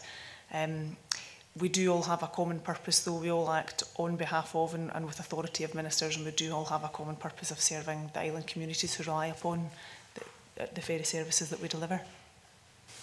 That's a really helpful answer. Thank you very much. So thinking of that ferry plan, obviously the last ferry plan hasn't been delivered because we're still waiting for 2 ferries. They're several years away, at least 2 years away. So what confidence can we have that the next ferry plan, which surely must be must deliver more than 2 ferries because we've got a really ageing fleet. And we're going to really have to get started pretty soon on that. What confidence can we have that any of that will be delivered? Well, I mean, I certainly would want to acknowledge the point that Mr Simpson's made and the committee's made previously, just to acknowledge on the record. We do recognise the demographics of the fleet, and there are a number of vessels that are either already at the end of their economic life or slightly beyond it, but have, through maintenance, have been able to be maintained. We obviously want to renew the fleet, and the next Islands Connectivity Plan or Replacement of the Ferries Plan will be very important in that respect. So we're also looking at how we can decarbonise our fleet as well as part of the green recovery, and there'll be important lessons in there as well around that. So it is vital that we get this right, and I think you know, we are working clearly on that already. It is something that will take into account the National Islands Plan consultation and the National Islands Plan itself. So obviously a number of recommendations in that around our ferry networks, and we know how important this is to island communities, and also we'll learn from the consultations, because I'm aware there's kind of consultation fatigue issue out there in island communities, particularly around transport issues, with the National Transport Strategy too that is being taken forward. That we have learned a lot through that as well about communities' needs. But the Islands Connectivity Plan also looks at future demand and the configuration of our networks, and as I say, it will take into account potential, and I don't want to overplay this, there will maybe relatively few sites where this is suitable, but for fixed links to replace ferry links, or indeed to take into account the role of aviation in providing that regional connectivity within Scotland as well. So we want to have a more rounded approach and to take into account all of these factors in delivering the Islands Connectivity Plan. Can I ask you about something that's come across in the evidence to this inquiry, and that is around the question of mediation. That clearly there was a dispute. Mediation was suggested. My understanding is that CMAL, you correct me if I'm wrong on this, CMAL refused that mediation. Would it not have been better for ministers to have stepped in and insisted that both parties who were in disagreement go down the mediation route? Well, before you answer that, Graham, I appreciate you've not been at the committee before, but there are members that indicate they want to ask questions, and there is another member who wanted to ask a specific question on that. So I don't like to wrap your knuckles on your first welcome to the committee, but please consider them wrapped, because somebody else was looking to ask a question on that. But Minister, if you'd like to answer that question, and I maybe bring the member who wanted to follow up on that in straight after your answer. Minister. Yeah, I mean, I'd want to say that certainly throughout this process, I mean, all options within the contract were explored to attempt to try and resolve the disputes and resolve the potential claim. But ultimately, the most appropriate mechanism to test a claim would probably have been for FML to have formally lodged this through the courts. When it comes to mediation, I suppose there's a number of challenges in terms of mediation. We can't compel parties to be part of mediation. That kind of undermines the whole purpose of mediation. It's got to be voluntary. It's got to be done in an agreed way. And you know, that unfortunately, in the case of the size of the claim that was being made by FML of the region of £61 million, it wasn't felt by CMAL, as I understand it. I can't speak for CMAL in this respect, but I think this may have been a point made by Mr Hobbs, but that the size of the claim was such that they didn't feel that mediation was the appropriate means of dealing with that.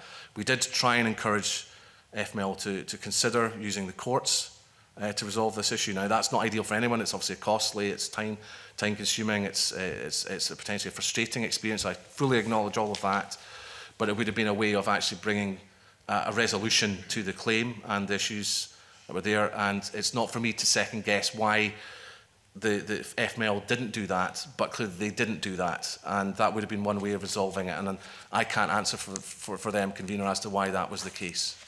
And I'm now going to bring in Peter, because I think you'd wanted to follow a line of questioning on this subject, Peter. Well, I did want to get into this a wee bit. I mean, it was well known, and we had lots of evidence that the relationship between CMAL and FML basically collapsed. In latter stages, they were almost unable to be in the same room. And yet we heard that Jim McCall in particular asked on many occasions of ministers to get involved in that dispute and to try and, you know, mediate between the two parties and find a way forward. And his evidence suggested that that never happened. Would you like to comment on that? I think, as I've already indicated, I understand why Mr Chapman's raising that question with me today. Obviously, I wasn't the Minister throughout this process, but from my understanding of what did happen, I would challenge that view of what happened. Ministers, I know Mr Yousaf, Mr Mackay, and myself more latterly have tried to encourage parties to work together and to try and find a resolution to this. You know, a number of us have also made the point to FML that they had the option, if they felt sufficiently that their claim was strong, they could go to the courts and have it resolved that way. And there were also contractual mechanisms in the contract around issues of design, that there were provisions there to allow for that to be resolved with time limits, so that if there wasn't an answer from either party, you know, that the result could be taken as being given. So there were contractual mechanisms there. I do not know why literally do not know why that wasn't deployed to resolve some of these matters. So we did. I know ministers, fellow ministers who aren't here to answer today for themselves, have encouraged mediation. I have encouraged FML and CMAL to work together. I do recognise the point that Mr Chapman makes, that the relationship did break down. So I'm not ducking that issue. I'm heartened that there is now, and perhaps it is easier when there's obviously the FMPG and CMAL are both effectively companies owned by the government. They're now working very well together, and that is heartening that has turned a corner, and we're now seeing a real change in the mood music at the yard and the work relationship with CMAL. But for whatever reason, it was not healthy at that point, and clearly that is not ideal, far from ideal. But I just want to give assurance to members that fellow ministers have encouraged the parties to work together. I appreciate in correspondence when we're answering questions to members or PQs in the chamber, we're saying this is a contractual matter for the two parties, but we were encouraging them to work together and try and resolve the dispute through whatever means possible. I mean, you're commenting on the difference, the cost differences, and I appreciate that, and that's fine. But there was also an opportunity to mediate right before the decision was made to nationalise the yard, and there could have been another solution to what happened, and that mediation could have taken place even at that late stage, and allowed FML to carry on the construction of these two ships, and it would have been a far less costly operation than what he eventually did do in nationalising the yard. All I can say on that, and I recognise, again, why Mr Chapman's raising that, because I know it's a point that's been put to committee. But obviously, we had independent advisors. I won't go, I think there's various parts of Vice that I cannot go into for reasons that I'm sure members understand. But based on the information we had available to us, this was the best approach from the public interest perspective, and the best result to deliver the ferries and to ensure that costs were minimised to the government as well. So I think for a number of reasons we have gone down the route we have. There was obviously contractual mechanisms in there which were fully, Mr McCall and his team at Ferguson Marine were very much aware of in terms of the contract provisions. And ultimately we've had to exercise those to protect the public interest. But I just want to reassure the member that we did look sincerely at everything we could do to avoid that situation. It's not ideal for us to have to take over the ownership of the yard. I've personal experience, and I'm sure colleagues would agree, we'd far rather have seen the yard succeed and continue to operate as a private business. But we are where we are, and we've done what we have to protect interests of the ferry communities relying on these two ferries to ensure they're delivered as early as possible, and to protect jobs and the economy of Inverclyde. And that's something that Mr Mackay made very clear when we took that decision. So can I just clarify something? The issue of mediation is about relationships and how people get on together. And I mean, it would be, a remiss if I didn't mention that CMAL, when they came to the committee inquiry meetings, came with their lawyers and came with very much legal hat on. In fact, actually demanded legally that one of the witnesses to the inquiry withdrew some of the evidence that it had given, which seemed a fairly aggressive approach. And this whole issue of mediation goes back. I've had a look through the 60-plus emails that's been released to the committee and the various meetings that have been had. And it seems to have started way back as far as, June 2017, when the First Minister and Jim McCall were meeting because there was a disagreement with CMAL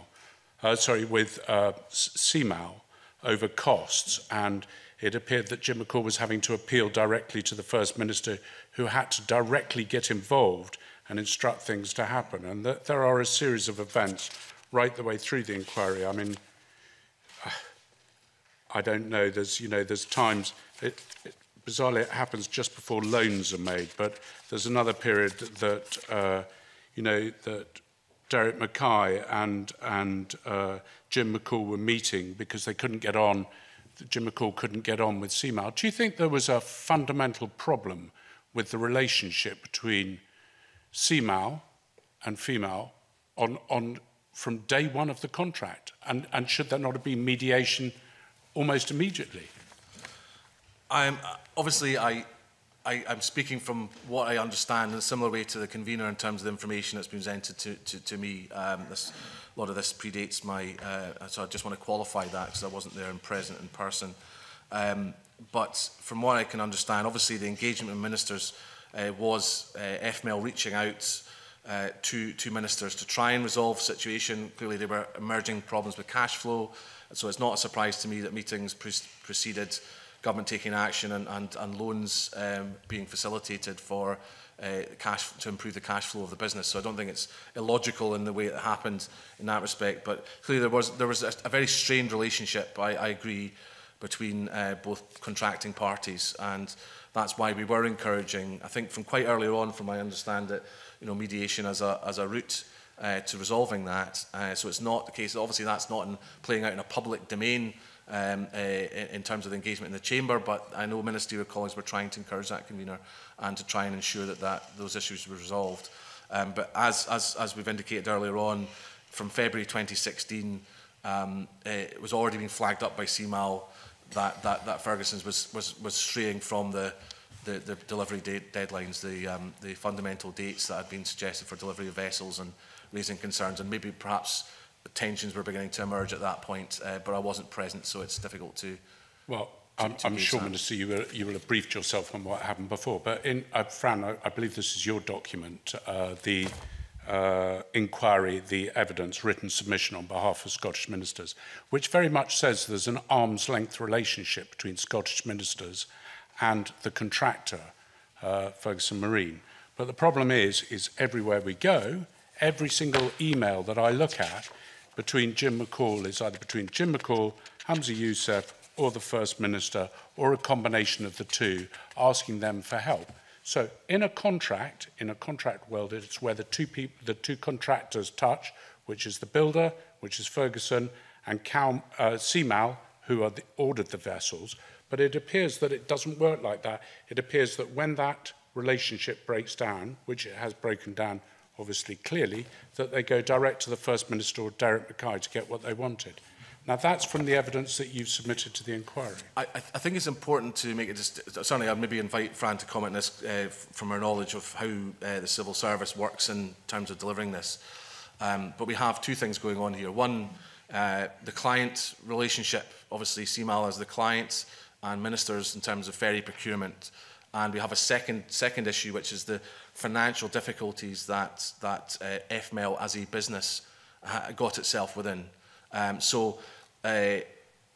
suppose it's important to stress that throughout the process, where it's been required, there's been a kind of separation of colleagues who are working on the support to FML as a very important business in the Inverclyde economy, and our desire to support shipbuilding and to try and ensure that economic development issues are addressed and the liquidity of the business is addressed, at the same time as there's a discrete process looking at it from a purely client, a very perhaps selfish client perspective. As a minister, I'm determined to see those vessels delivered as the ferries minister, so I can use them as ferries. but I am not blind to the concerns about the business itself, and obviously colleagues were trying to address those two things. And it's not an approach from ministers to FML, and this is important, it's FML approaching ministers, as any business can do, and I appreciate that that might be a difficult distinction to make in people's minds, but obviously we listen, the businesses come to us with concerns about their future viability or liquidity. We're duty-bound to try and help what we can do within all the appropriate constraints the ministers face around state aid and other matters. But I could come, Fran, if it's very brief, because I feel that Emma's waited very patiently for a whole lot of questions that she's got, and I'd like to come to her, but Fran, if it's very brief. Very briefly, there was undoubtedly a change in the tone of the relationship between CMAL and Ferguson's, and I am not surprised by that, because all of these discussions were happening in the context of a pre-litigation situation where Ferguson's had intimated that they intended to bring a substantial claim against CMAL, and the quantum of that was increasing over time. The detail of that claim wasn't provided to CMAL until December 2018, but that's the context within which that relationship was happening. Ministers were approached to seek to act as, I use the term mediator not in its formal sense, but to seek to broker some kind of common sense or pragmatic solution. We were mindful in doing that of the concern between the contracting parties of the perception of a conflict of interest, and that's why in the statement of evidence to the written statement to the inquiry, we've been clear to set out a distinction between the role of distinct departments. So we all act for and on behalf of ministers. We have one common set of interests, but we were clear to recognise the perception of a conflict of interest or the potential breach of confidential information in doing that. And I think if I was CMAL caught in the middle, I might find it very difficult to understand if the contractor went straight to the Scottish Government. Emma, sorry, I came in when you should have come in. Emma, but no, that's questions. Okay. Thanks, Convener. It's been really interesting hearing the discussion and the questions so far. But the committee has heard or seen examples where private business has done really, really well, like building ferries in Vietnam, for instance. But we also have heard that this particular business didn't do well and needed the Scottish Government to intervene and support and bail out this business. And we've also seen that with an example of Prestwick Airport, for instance. 7 years ago, the Scottish Government had to intervene and take over Prestwick, and now Prestwick is actually showing a significant turnaround in financial performance, which is good news. So, you know, so I guess looking to the future, what needs to be done to continue to support shipbuilding on the Clyde, keep jobs on the Clyde, and look at the replacement ferries going forward, because ultimately we need to make sure that this business succeeds and that we can hand it back over down the line. But it's been 7 years for Prestwick to become successful. So is that something that we need to continue to consider? Because obviously we want the business to succeed. I wholeheartedly agree with that objective. Clearly, there are not only now 355 people working at Ferguson's, either as permanent employees or contractors. There's about 350 in the supply chain, so it's 700 odd people whose jobs and livelihoods depend on this business. And as Ms Hislop set out yesterday, there's some encouraging signs that Ferguson's are now being approached by businesses wishing to commission vessels. So that's encouraging after all the obviously very public difficulties that the business has had, and both being exposed in an inquiry and through other means, which is absolutely legitimate. It's not a criticism, but it's difficult space for a business to be in when it's trying to come out of difficulties it's had. But it's encouraging that there are signs of interest in commissioning Ferguson's to do work, or at least giving them the opportunity to tender. Clearly, we are thinking around what we can do as a government, as Ms Hislop said yesterday in the Chamber, around potentially, and I just stress potentially, considering options for direct award of contracts to Ferguson's as well. Clearly, there's a lot of work to be done there around the issues around state aid, competition policy, other matters, and we need to understand, going forward, what kind of structures are best placed to enable that, if that's the desired route to go. And it's feasible to do it. So we are trying to think about the future of this business and the wider health of the shipbuilding and ship maintenance sector. We obviously rely on other yards at present for maintenance of ferries too. So there's a lot of work to go in there. It's a very important point that is mentioned. And when we're looking at replacement vessels for the renewal of the fleet that's been raised by Mr. Simpson and others, that's clearly something that we want to get right and we want to learn from. We are learning from the work we're doing at the moment on the Isla vessel. I can say more on that if that's helpful, convener. In taking that forward, and as I say, we're starting the exercise to look at the Guruk Dunoon ferry replacements as well. Into that, Ferguson's is pitched as a potential contractor, but they clearly have two very important vessels to build. That will present some capacity issues for them during the build up till 2022, early 2023. So there will be constraints, and as Ms Hislop revealed yesterday, we are looking at putting the first of the vessels out to tender in Q1 next year, the Isla vessel, and obviously Ferguson's are entitled to bid for that, but I imagine there will be some capacity issues in the near future in the yard while the two vessels are being finished. Okay, just a final wee part of the Scottish Government's intervention to look at potentially standardising the approach for ferry building in the future, but also to look at tackling the inefficiencies or modernising the workplace. And some of the costs were related to the infrastructure of the port. But is that part of the whole, like securing the future? Because if the port is modernised, you can build the ships that you need to in order to be deployed wherever they need to be. Yes, I mean, standardisation is something that is very important. I've mentioned it before at committee. We are looking at how there are a number of benefits in standardisation, I should say. For example, obviously, if you have a smaller number of components that you need to store in inventory, that saves you money. If you have standardised, facilities on the vessel, including the wheelhouse, the steering mechanisms and so forth, then training becomes easier for staff, so there's more interoperability of staff and crew from vessel to vessel. Standardisation also helps in other respects in terms of we have a problem where a number of vessels we built many years ago, the parts are now obsolete, so you have to order them on a kind of almost bespoke basis, and we have provided some resilience funding, as Ms Harper may know, to both networks to try and ensure that there is a stock of common or high-risk parts, if you like, that are available for maintenance. Excuse me, can you just take a wee sip of water? Thank you. But standardisation more generally is something we are looking to try and achieve. Not necessarily around 801 or 802 as the vessels. They are going to be value vessels for the fleet, but we are learning a lot through the Isla vessel procurement process and design in terms of reaching a conceptual design or the terms for the tender specification, working with CMAL and CalMac and CMAL working together in that respect, to try and look at how perhaps some standard design features can help with the efficiency of the vessels going forward. But the member is also right to raise the issue about ports and harbours. We do have 801 and 802, it's important to stress, can operate in more than just Ardrossan and the Triangle routes. So there are other harbours that I think it's made clear in the statement, but if not, we can provide that information to committee. There are a number of routes where those vessels could provide resilience role once they're in service. But as we look to standardise major vessels and other vessels, and there's potential for already quite a lot of standardisation actually, the smaller vessels that we already have, you can then start to use those vessels in other harbours. But as we look to renew our harbours, we can bear that in mind.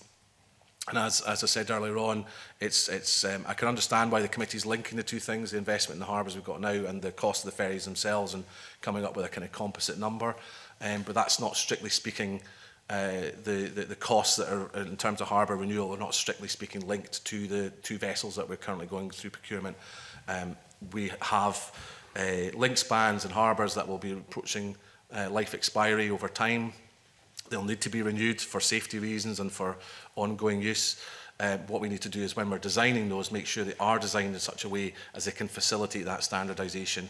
It may require dredging in some places because of the standard. If you've got standard vessels, the depth the draft on the vessel may be too deep for the harbour that it's going to serve. So there are a number of issues that have to be factored in there, and that drives the cost. Apologies, Convener. I think Emma had indicated she was happy with the answer that you've given, and you probably need a drink of water as Angus MacDonald quickly comes in with a follow-up before the Deputy Convener. Yeah, thanks, Convener. Following up on the first part of your response to Emma Harper's question, evidence we took prior to lockdown highlighted an Australian company who would or who could grant a licence to Ferguson's or whoever to build ferries and I think it was suggested a quarter of the price of the current traditional type vessels. I'm just wondering if you know whether CMAL has looked at that option rather than going down this standardised design of the old traditional vessels, the older type of traditional vessel. I suppose I may be bringing Ms Pesiti on the specifics of that particular yard and project that Mr MacDonald raises. But in the general approach, we are open. I know it's been suggested we're not. We genuinely are open to looking at different designs of vessel. You know, monohull is what most of our, if not all of our ferries are at the moment. In fact, monohulls. But there's obviously an openness to looking at catamarans and other types of vessel. But the importance is quite often I've had members of the public in absolutely good faith and a sense of public spiritedness sending me details of vessels. I'm sure they're doing this to CMAL all the time, operating in different theatres of the world in totally different conditions. But I can understand why people look at a vessel and think that will work in Scotland, where the depth of water is different, the weather conditions are clearly quite often very much different between ourselves and Australia. I know Norway is often cited as somewhere where vessels could easily be lifted across to Scotland, and that may be true. I'm not ruling that out, but quite often the ferries that are sent to me or details are vessels that are operating within fjords in relatively sheltered water, in very deep waters. I know Mr MacDonald's a bit of an expert on Norway and strong links to Norway, having lived there for a while. You know, that he will know that many of these fjords are very, very deep, and the conditions are entirely different from what you get in some of our island harbours.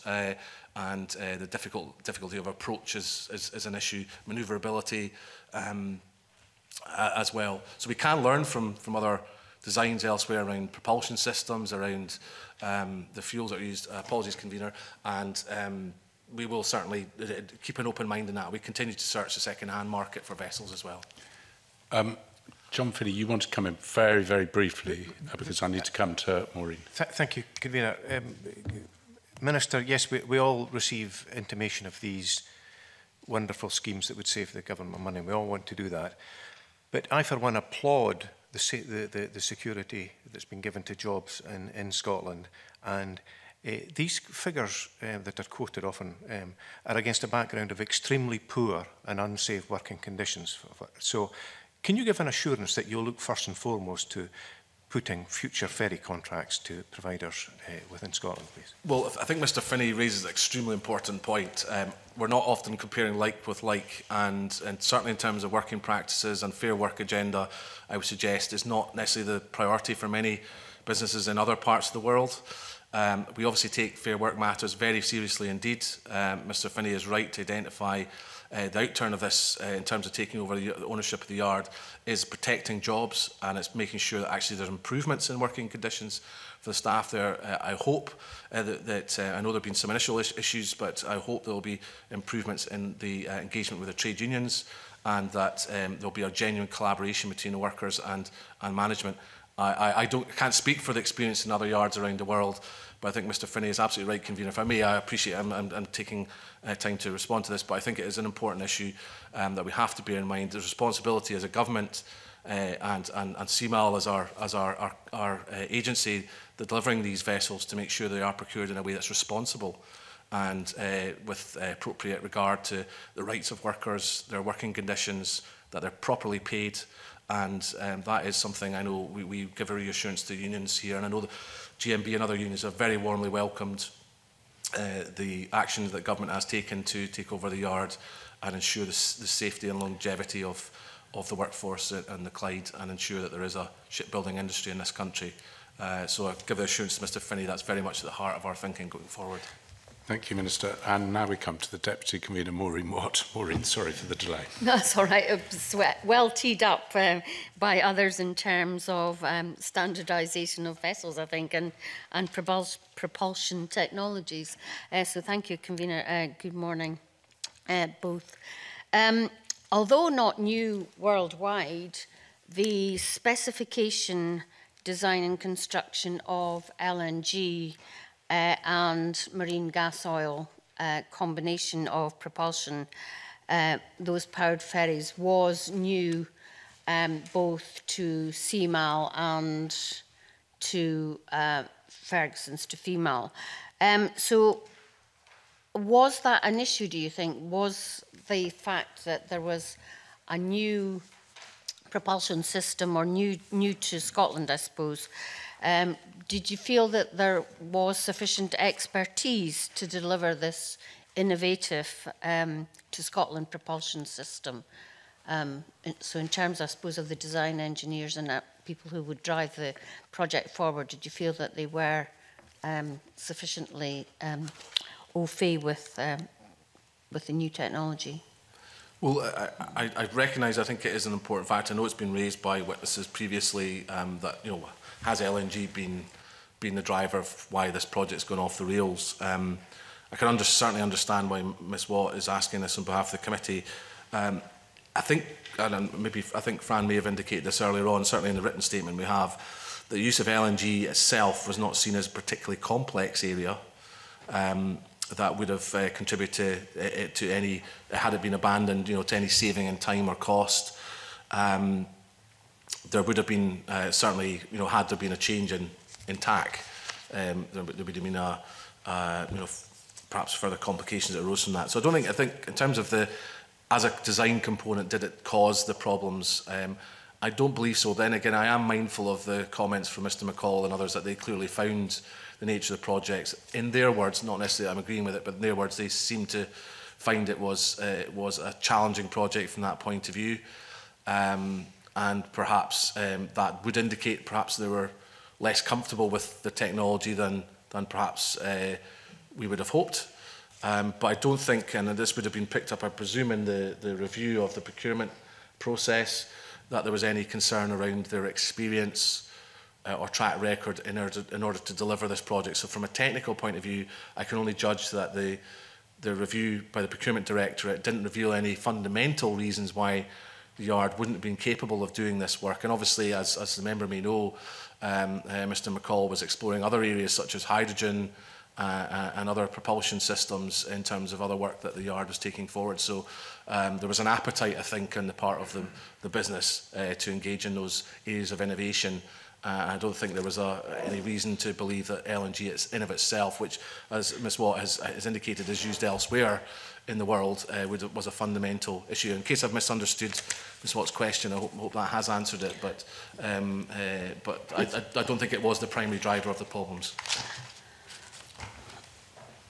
No, maybe not, but, you know, I wonder if there was a consideration given to dropping the LNG element of the project as delays and costs overruns began to emerge. And I think, although maybe others were not aware of it at the time, that might have been the situation, because when we visited the yard and went over the ship, we found that there was no pipe work linking the LNG tanks to the propulsion system, to the engines, in other words. So all that has to be retrofitted instead of being, I'm sure you're aware of this, in the first place. So, you know, was that, do you think, perhaps done by female deliberately?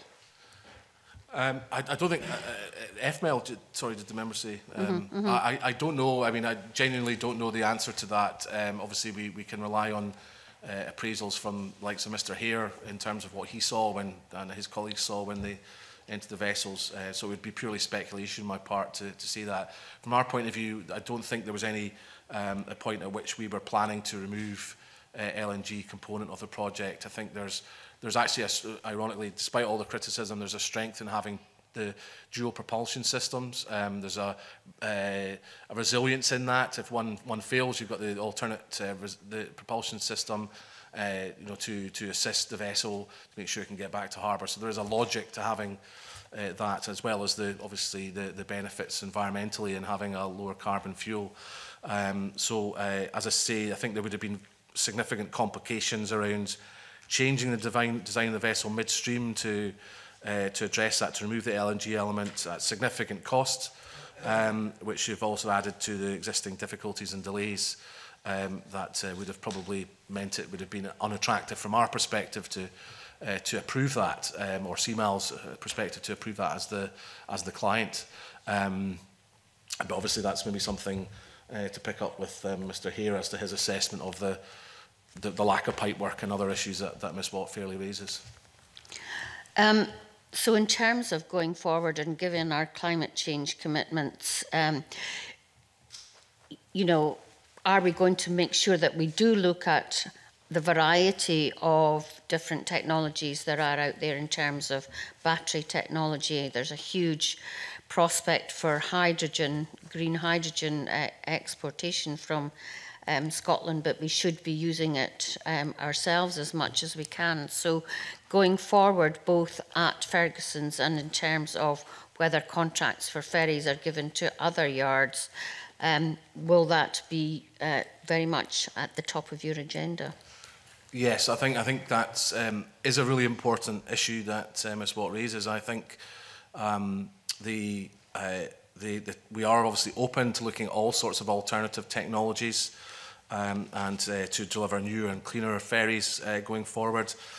And that these are clearly issues that we are trying to take forward in terms of our own development of our Islands Connectivity Plan and the VRDP.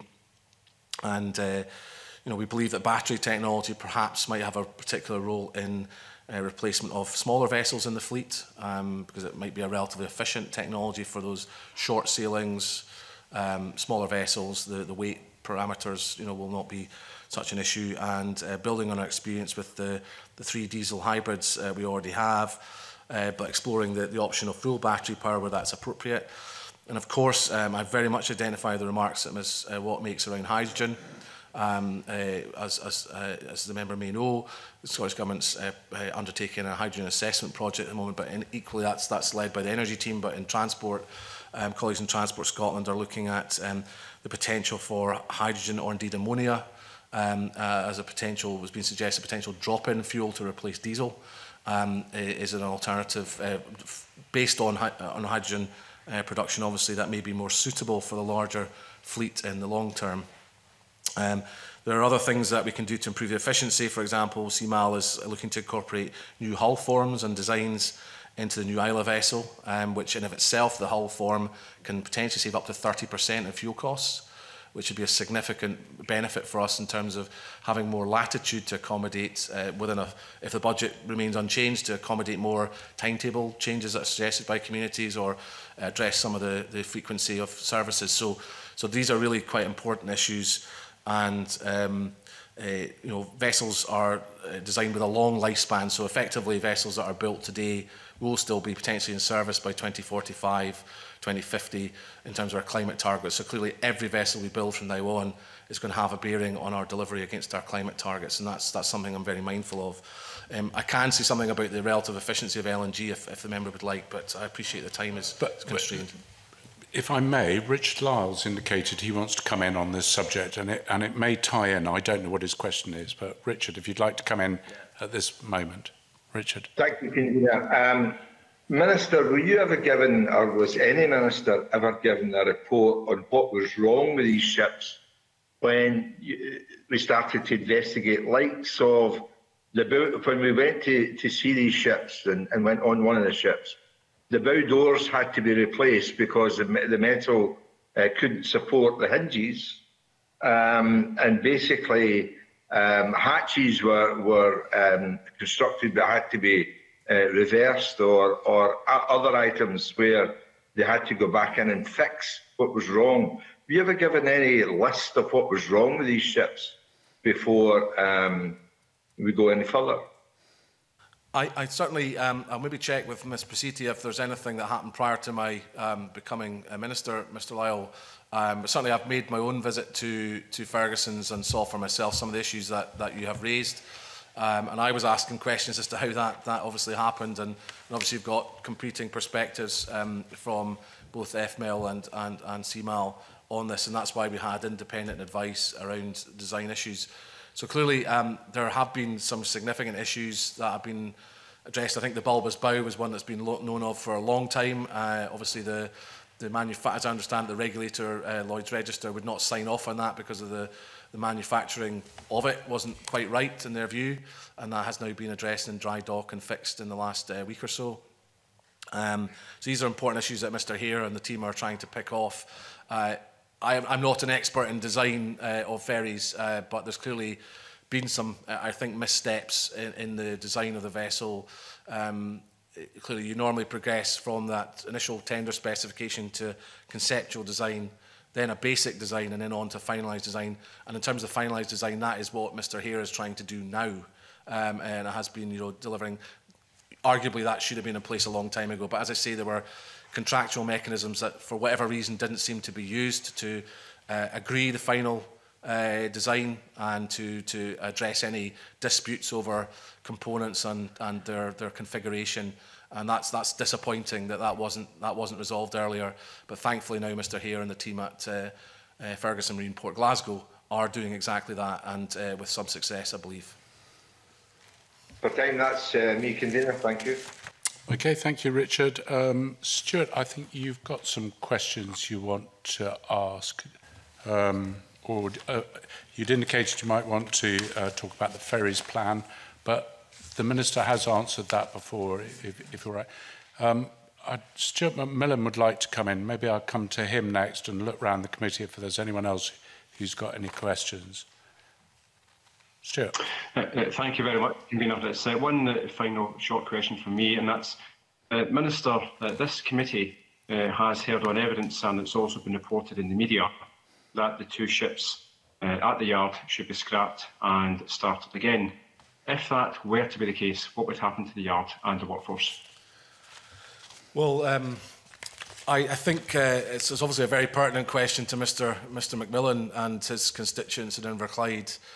Clearly, there would be a significant gap in minimum. If we were to scrap the vessels, as I understand it, we'd have to go through a procurement exercise, and there would obviously be to re-tender the work. I'll just double check that's the case. We would have had to re-tender the work. Potentially, you're looking at a very significant delay for the procurement itself. So potentially, at least, I guess, about a year gap in production in the yard, and I think it would be an obvious point to make that it would be extremely unlikely that 355 jobs would have been sustained in the yard and the wider 350 jobs in the local economy. So all 700 of those jobs would potentially be affected by that decision and put at risk. I'm not saying all of them would have lost their jobs. Clearly, I would hope there would still be core staff there to presumably to go through the procurement exercise. But it would have been devastating, I think, for the business and devastating for the people of Inverclyde and the wider economy of the Clyde. So it's not something that we would have considered unless it was an absolutely the only option we would have had to take forward. And I believe the action we have taken has been to accentuate the positives, has secured the future of the yard for the delivery of these vessels. We're already beginning to see positive signs that the commercial market is showing an interest in commissioning work from Ferguson's, giving them the opportunities to tender. And I think if we can, clearly we've had a significant change in management. That's not for me to point a finger of blame at the previous management, but the new management team itself has got a fresh start. There's a good atmosphere in the business. The workforce are working with management, and I think there's a real opportunity in finishing off these ferries to show exactly what Ferguson's can do and to get back into the commercial market and have a much more positive future. And as I said earlier on, the business has a track record, a strong track record of building ferries. That's not to say ferries is all the business can do. Clearly it's had success recently with vessels for the aquaculture industry and for export markets as well in terms of barges. So it can do more than just ferries. But I think seeing out these contracts and finishing them off strongly will be a great way of advertising just how good the business is. Okay, Stuart, are you happy with that? Are there any further questions you want to ask? I think looking at the questions that were... Hold on, I was after the other Stuart, but... Sorry. Stuart, can I go to the remote Stuart? Do you have a further question, or are you happy with that? I'm fine, thank you, Convener.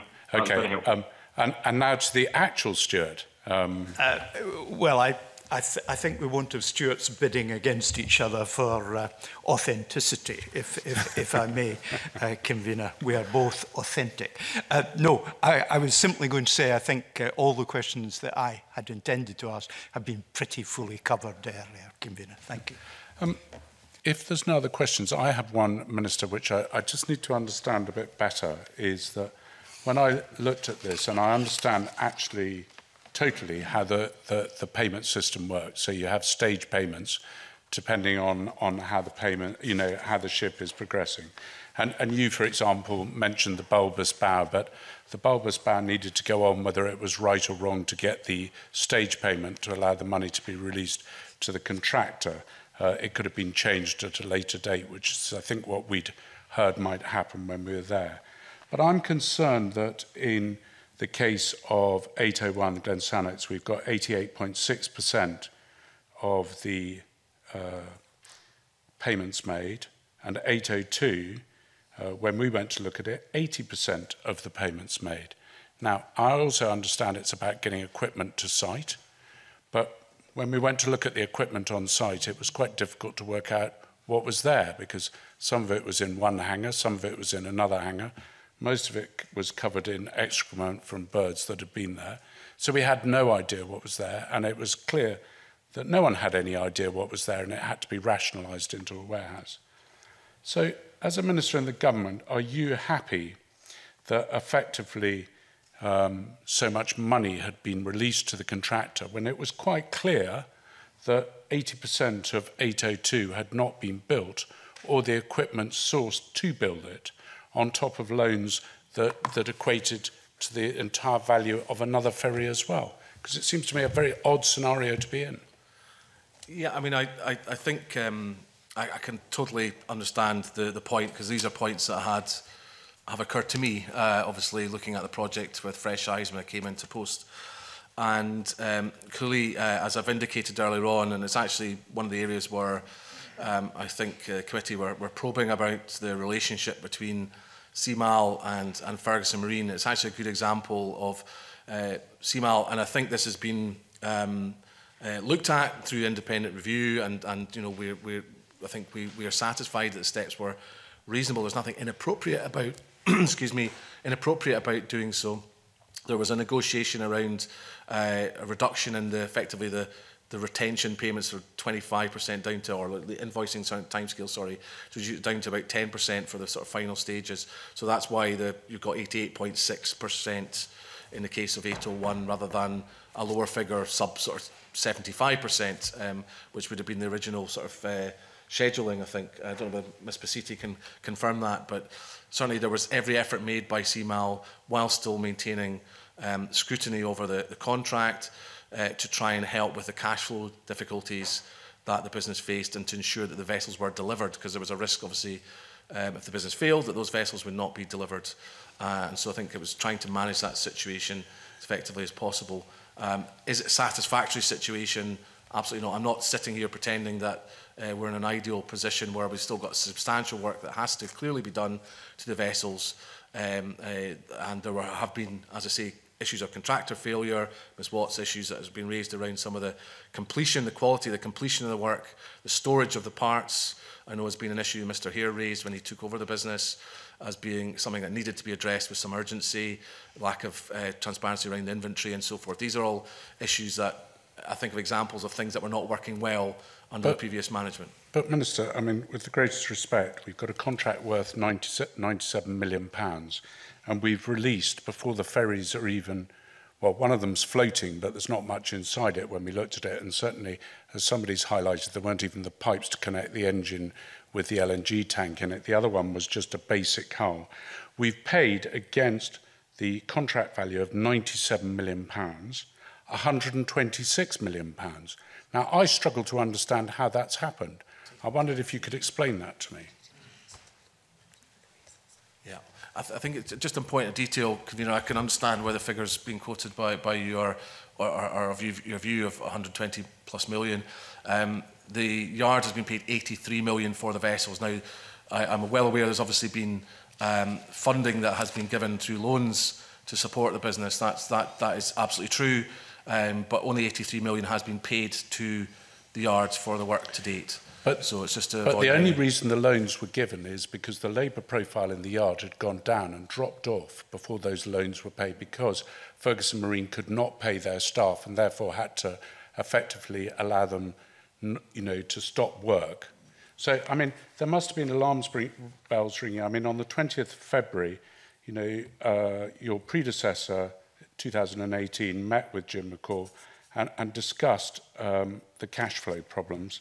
And it was, not long after that a loan was made. I mean, I'm struggling. I'm struggling as a businessman, spent a lot of my life doing contracts that I would pay, or I would give a contractor £126 million against a project worth £97 million when the project wasn't even half complete. I know, I appreciate and Mr. Mountain's sort of experience, your experience as a businessman. I fully take that on board. I know this looks unusual, to say the least, to those of us who aren't involved in shipbuilding. But as I understand it, this is a kind of standard approach to milestones and how invoicing is paid in accordance with those milestones. Now, I appreciate, and I have made this point a couple of times already, there's been changes within the lifetime of the project to try and be helpful to the yard. So there was, a change in the amount that was going to be paid at the end from 25% down to 10%. And perhaps Ms. Basiti can say more on that with your permission, Convener, just as to the scheduling of payments. But as I understand it, this is kind of a standard approach for commissioning vessels in this way. So there's nothing unusual in that. As I say, the procurement approach has been looked at by the Procurement Directorate, and all these milestones would have been set out in the contracts, and nothing untoward has been identified by the Procurement Directorate. But if I can perhaps, with your permission, bring in Ms. Maybe just to explain, when we went to the yard, we looked at one of the lifts between the floors, and if I've got this right, the lift space wasn't sufficiently big enough to allow the lift in that had been purchased, but it had been put in anyway to allow a stage payment to be made against the construction in the ferry. Now, if you put a tube in that doesn't take the lift that it's going to take just to get a payment, surely somebody should have been checking that, and somebody should have been raising concerns, because I was concerned.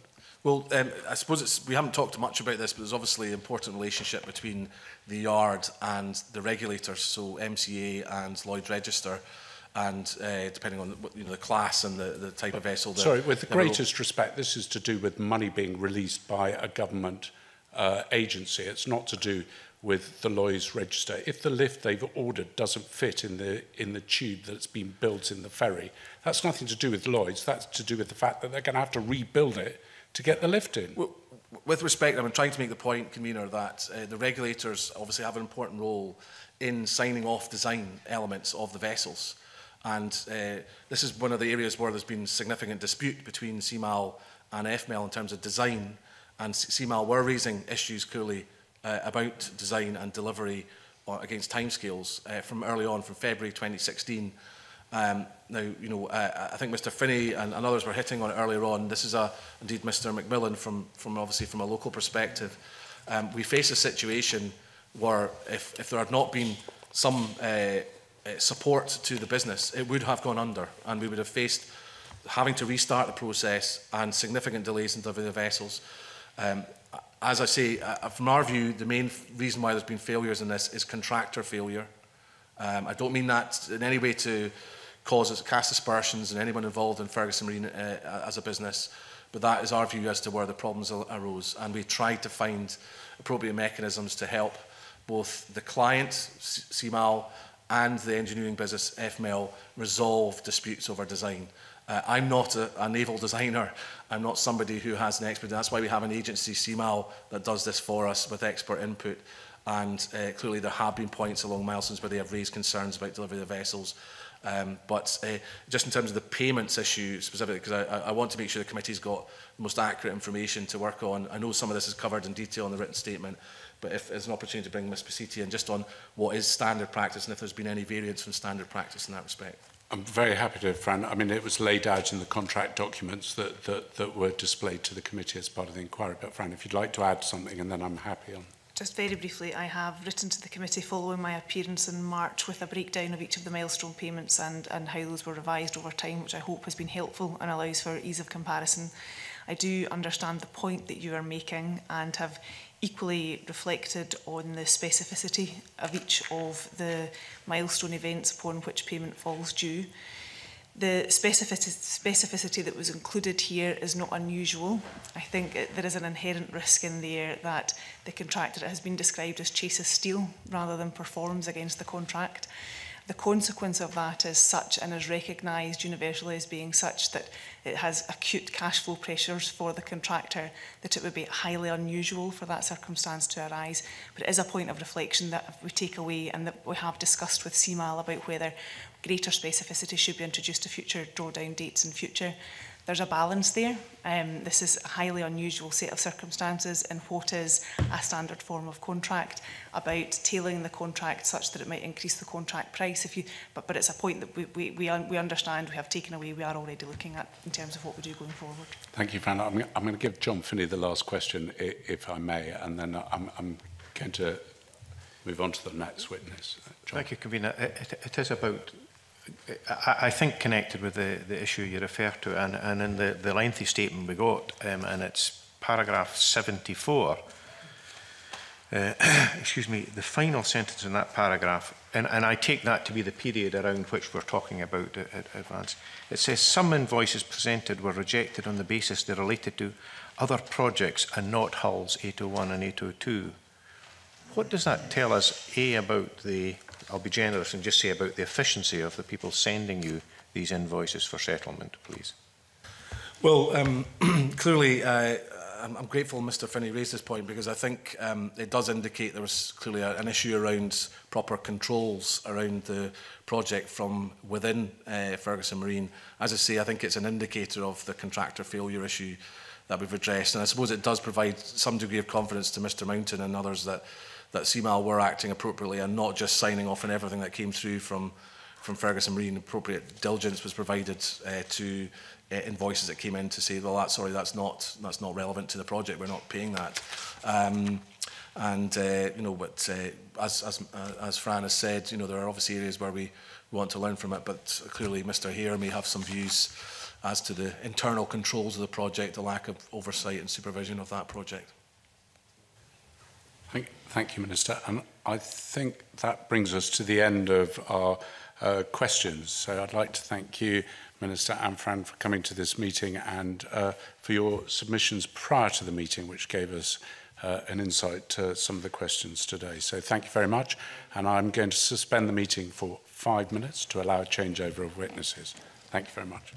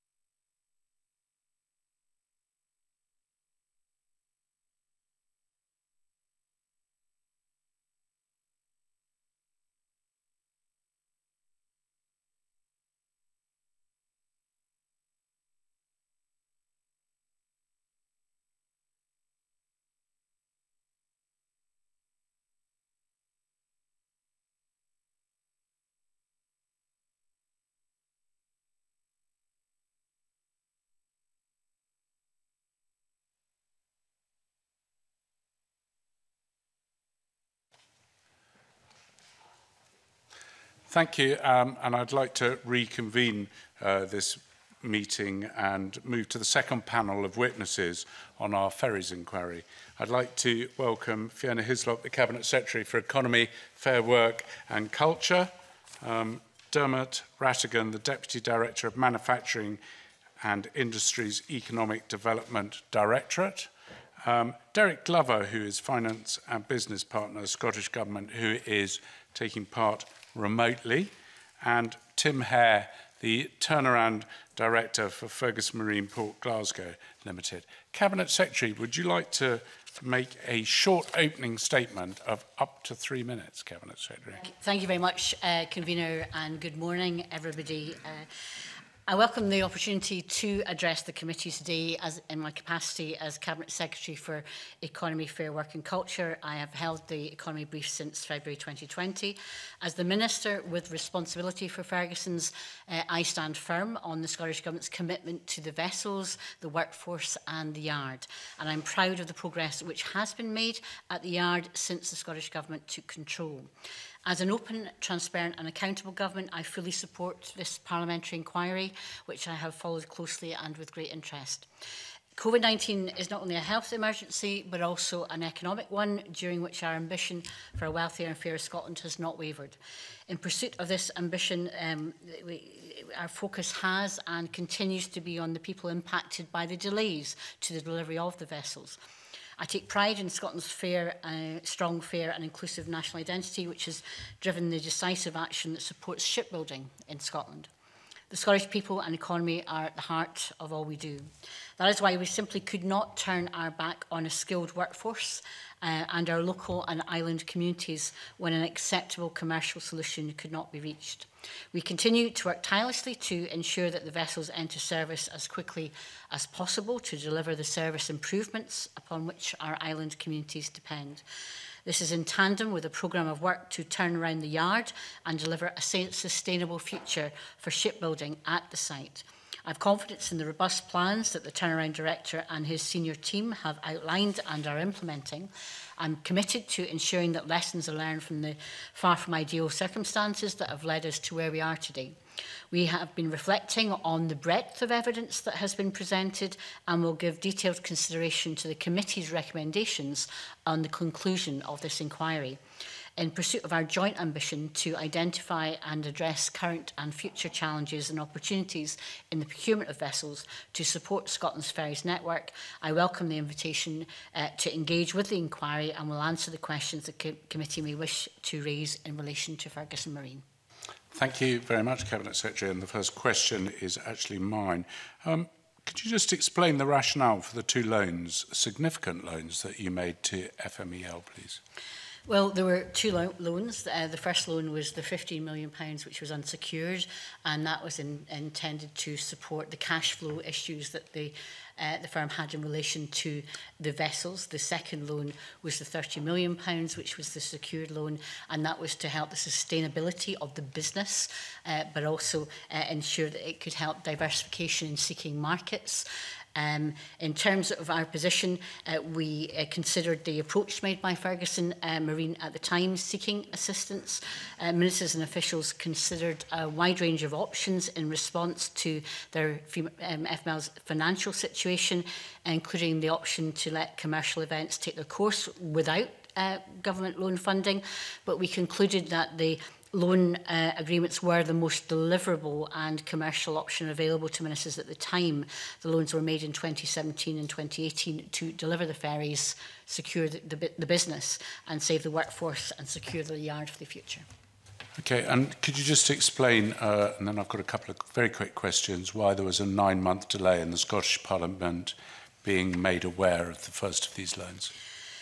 So in relation to the arrangements that the Scottish Government has with the Finance Committee, there's a written agreement between Scottish ministers and the Finance Committee which requires ministers to seek the approval of the Finance Committee whether they're proposing a transaction that gives a contingent liability, a guarantee. These loans did not give a contingent liability, so there was no requirement to let the Finance Committee know. However, in the interests of transparency, the then Cabinet Secretary wrote in confidence to the Finance Committee on the 24th of April 2018 to highlight the 15 million loan to FML, and the Finance Committee respected the confidential nature of the information they were provided.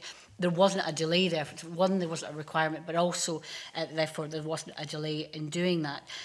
They first informed the Finance Committee in April 2018, which was actually 7 months after the first loan facility and 4 months after the loan facility was fully drawn down. So there was no delay because there was no requirement. But in transparency, and I think that's the right thing to do, the government advised the Finance Committee of the loans.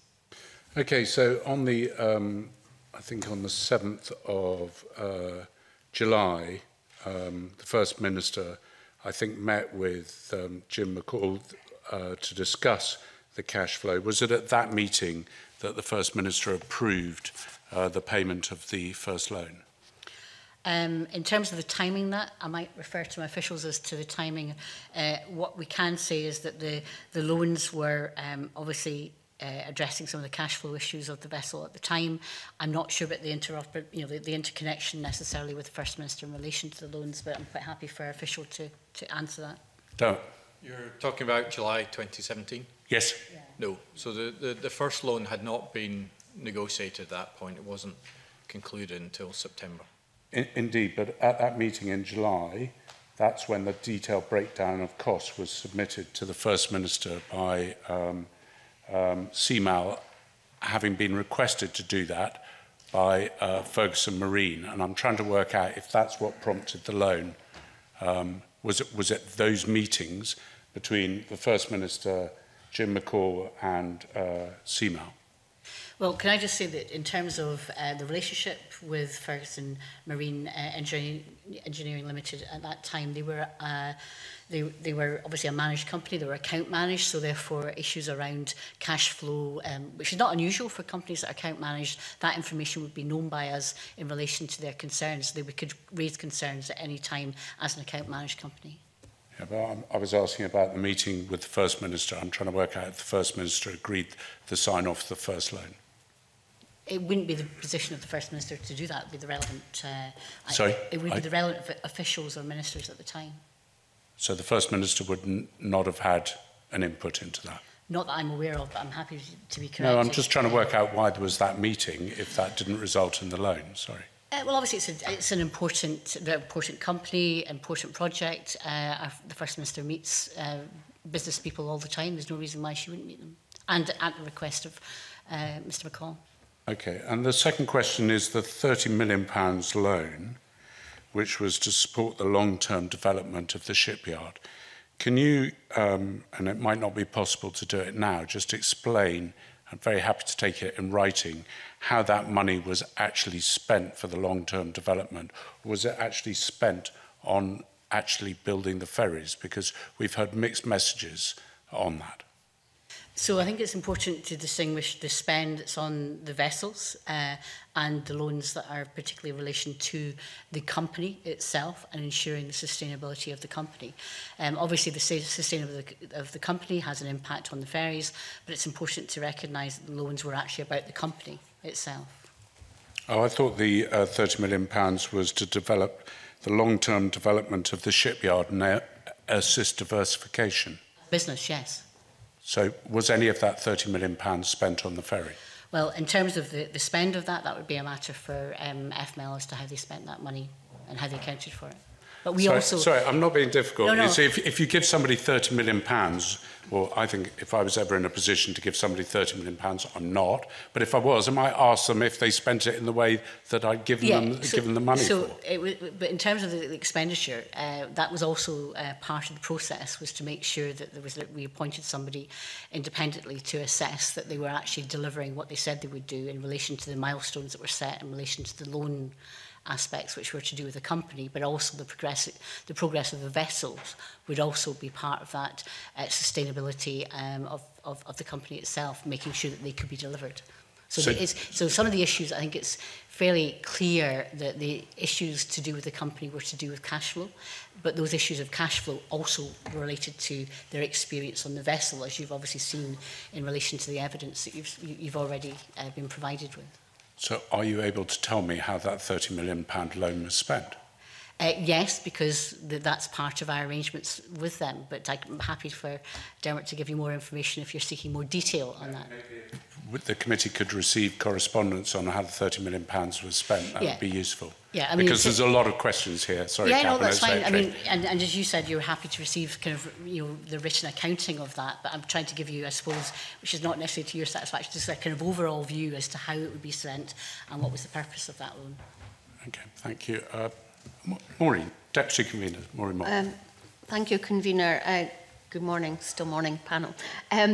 Just to follow on from Edward's questioning, in terms of the £30 million loans, we know that there was a spanking new office block constructed. Don't know how much that cost. But and you said that the FEMA were obviously an account managed company. That would have been by by Scottish Enterprise. Are you satisfied that none of the loans or any of the monies were spent out with the company and we heard earlier on that some of the loans were to make sure that other work other than the 801 and 803 were completed. Are you satisfied that none of the money went outside the company? Well, the money was for the company for the sustainability and diversification and to support the business in ensuring it could continue. And I think in terms of the sustainability of it, to make sure that they had enough cash flow to deal with the entirety of the business, because obviously 801 and 802 weren't the only business that was being developed in the work that was taking place. So it was for the whole. It would have been for the whole company. What I asked, but maybe we can get the answer in writing. Graham wants to come in with a follow-up. Maybe it would help get the answer, and then we're going to have to move on to the next question. Graham, sorry. Thanks, Convener. This loan, this followed another meeting between Mr McCall and the First Minister, which was in April of 2018, where he was again expressing concerns over cash flow, shall we call it. The loan was nothing to do with diversification, was it? It was about rescuing the business, keeping the business going. Nothing to do with diversification. That's an opinion. I don't think. I'm asking you. Was it? No. Because you've been asked what was the money spent on. You haven't answered. Yeah, we haven't had a clear answer to that. I think I have, and the convener has invited me to give. Remember, I was not the cabinet secretary at the time, so in terms of what I've been told and what I've received, that's the explanation is clearly to address the cash flow issues that the company was facing. And it's quite clear they were facing cash flow issues, and that's particularly in relation to the £15 million loan. The £30 million loan was for sustainability of the business. For the business to be sustainable, it needed to be able to continue in business, and that's not unusual. It's not unusual for the government to support businesses to make sure that they can continue in business. And in relation to the alternative would be to have mass redundancies or for the company to close. So therefore, that's not an unusual thing to happen.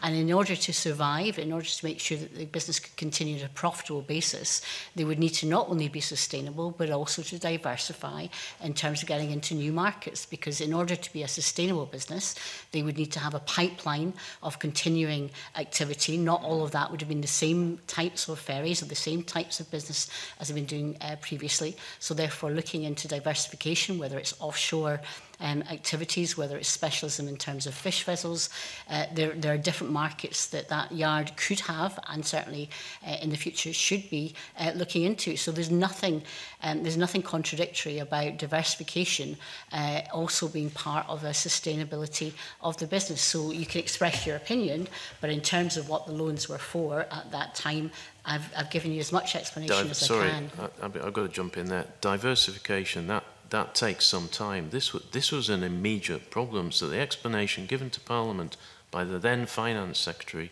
was wrong, wasn't it? This was money that was needed in the immediate. So in order to be sustainable, you need to address your immediate issues as well as make sure that you have a plan for the future. That is not an unusual basis on which business support is given to a company to make sure that it can continue in business, but also make sure that it's fit for purpose going forward. That is not an unusual situation in terms of business support. And I would reflect to the member, this is not something that is just retrospective to this individual situation. Many MSPs will have businesses in their constituencies because of the current economic crisis that will need support, possibly in a loan, possibly secured loans, who knows, to ensure that they can have sustainability of their business. But part of that sustainability of that business is ensuring and addressing immediate cash flow issues, but also helping them diversify into new markets. So if you're critical of what we did then, I would gently say to the member, if he comes to me at any point in time, as we're facing economic pressures on businesses just now, questioning any government loans or indeed support for businesses for sustainability and diversification, I could perhaps reflect that that may be something that he may have difficulty in trying to argue for if he is critical for that decision that's taken place previously. Convener, I haven't got another question, but I haven't criticised anything. And I'm going to let Stuart come in. I think, in fairness, that it's a question of trying to find out detail. But Stuart, see if you'd like to get the detail. Well, I just wanted to address a very small point, Convener, not the whole issue. Has at any time the government received any evidence from any source that either a single pound of the 15 million provided unsecured for cash flow purposes, or the 30 million secured loan provided for diversification of the business has been spent for any purpose which is not a purpose associated with Ferguson, with the company? The answer is no. That's it. Thank you. We love short answers, Cabinet Secretary, and I'm sure Stuart will be happy with that answer, which allows me to move on to the next question, which is Peter Chapman. Peter. Thanks, Convener. I'm still on the loans. I mean, Cabinet Secretary, you've tried to suggest that you've been transparent as far as these loans are concerned. So why didn't CMAL know that these loans had been given to FML? Well, you wouldn't necessarily expect them to know. Obviously, in relation to their role, they're not. They would necessarily be required to know about that. They're obviously the procurer. They were obviously had a particular relationship quite properly. They weren't involved in that decision-making process. They were not involved in any commercial dialogue between the Scottish Government and FML and around the options for commercial funding to the business. They only became aware of the loans when they entered the public domain. The loans weren't part of the shipbuilding contracts, but they supported, as we've discussed, the business to fulfil its contractual obligations as part of, and I will repeat this again, a broader business strategy, including plans for capability and diversification. So there needed to be a clear separation of the roles, and that was essential to avoid conflicts of interest and maintain our duty of confidentiality to FML and our responsibility. And the aspects of FML's business plan were clearly sensitive and confidential to them. We did not have permission from FML to discuss any of its financial information to CML or to discuss the loans. Well, you might say that, Cabinet Secretary, but in evidence, Kevin Hobbs, he was less than appreciative of the fact that they had no idea these loans were being given that they were the procurer of the vessels. But anyway, we'll move on. Was FML unable to secure funding from commercial lenders? And if that's the case, why not? Well, again, that's probably best addressed by FML as the company themselves as to whether they pursued or whether we were unable to secure funding from commercial lenders. And certainly the second loan package was supported by additional private funding from CBC, who were willing to invest £3 million as additional working capital for FML and £5.5 million for capital expenditure to enhance CR's capabilities. I'm not sure if that was done on a commercial basis, but that would be a question discretion for FML as to where they secured that funding. But that's a matter for them, not for us. So what due diligence was carried out prior to the 2 loans being made to FML? Well, clearly, as you would expect, due diligence was carried out in respect of both loans. PricewaterhouseCoopers were our independent commercial advisors to the loan transaction. So obviously, as part of the due diligence in respect of both loans, that's commercial, financial and legal scrutiny, accountable officer sign-off and ministerial approval. So you're content that due diligence was done correctly and properly and extensively? Yes. Okay. And any guarantees of security did Scottish ministers obtain prior to releasing the 2 loans to FML? Did you get any security over the loans at the time they were given? So the first loan on 50 million, that was initially unsecured, but when the second loan was secured, that was done on a secure basis against assets of the company. And in terms of that, the consolidation of those 2 loans meant that at that time then they were both secured, which is not an unusual situation for a government loan or government support for companies.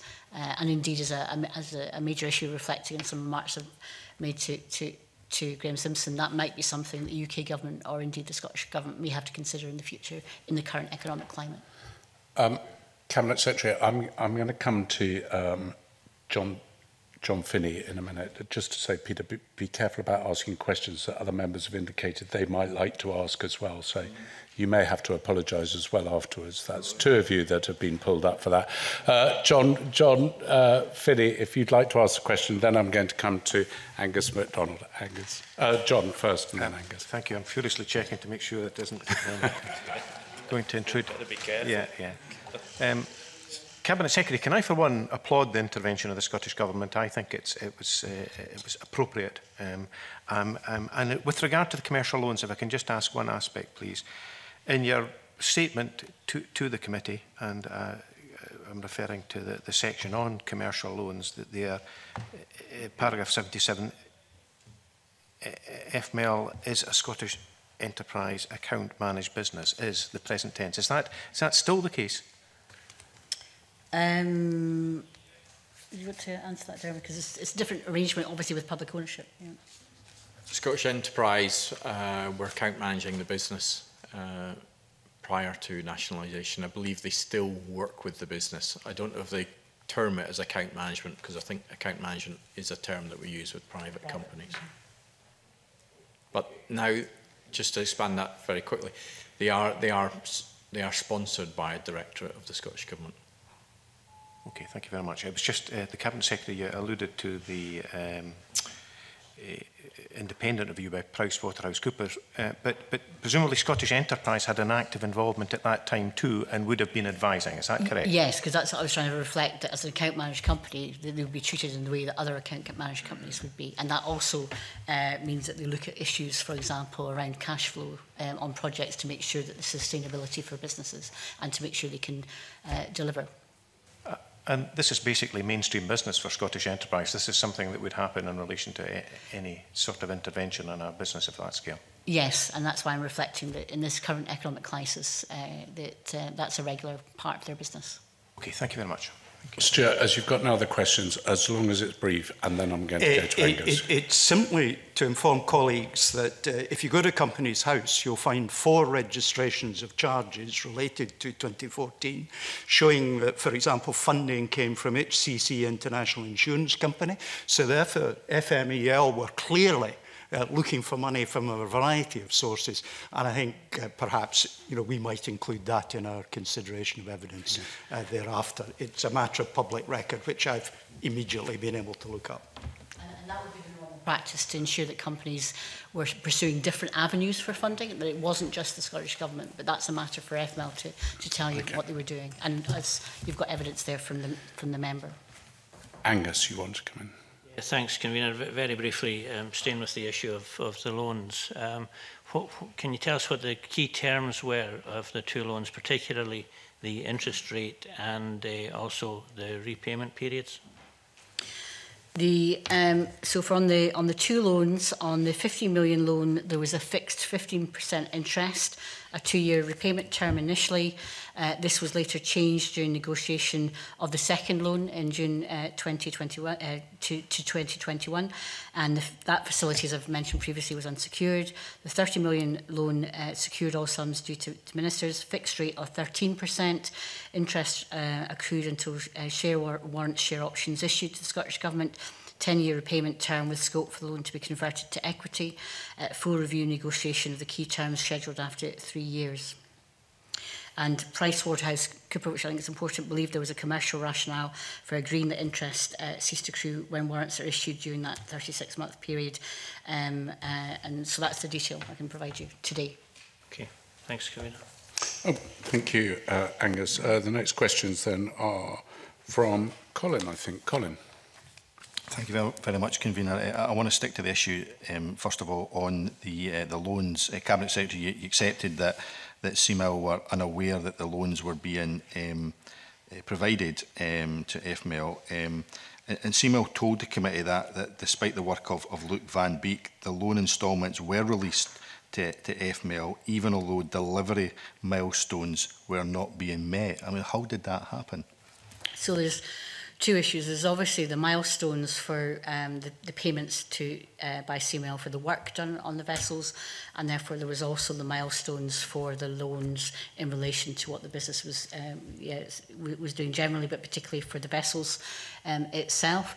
In terms of the release of the loans, I think that comes back to the point about what work had been done on the vessels at that time, but clearly the appointment of that individual was to make sure that the payment of the loans and the schedules and the milestones were meeting what the requirements were. But I don't know whether Dermot would want to add any more detail into what was happening at the time.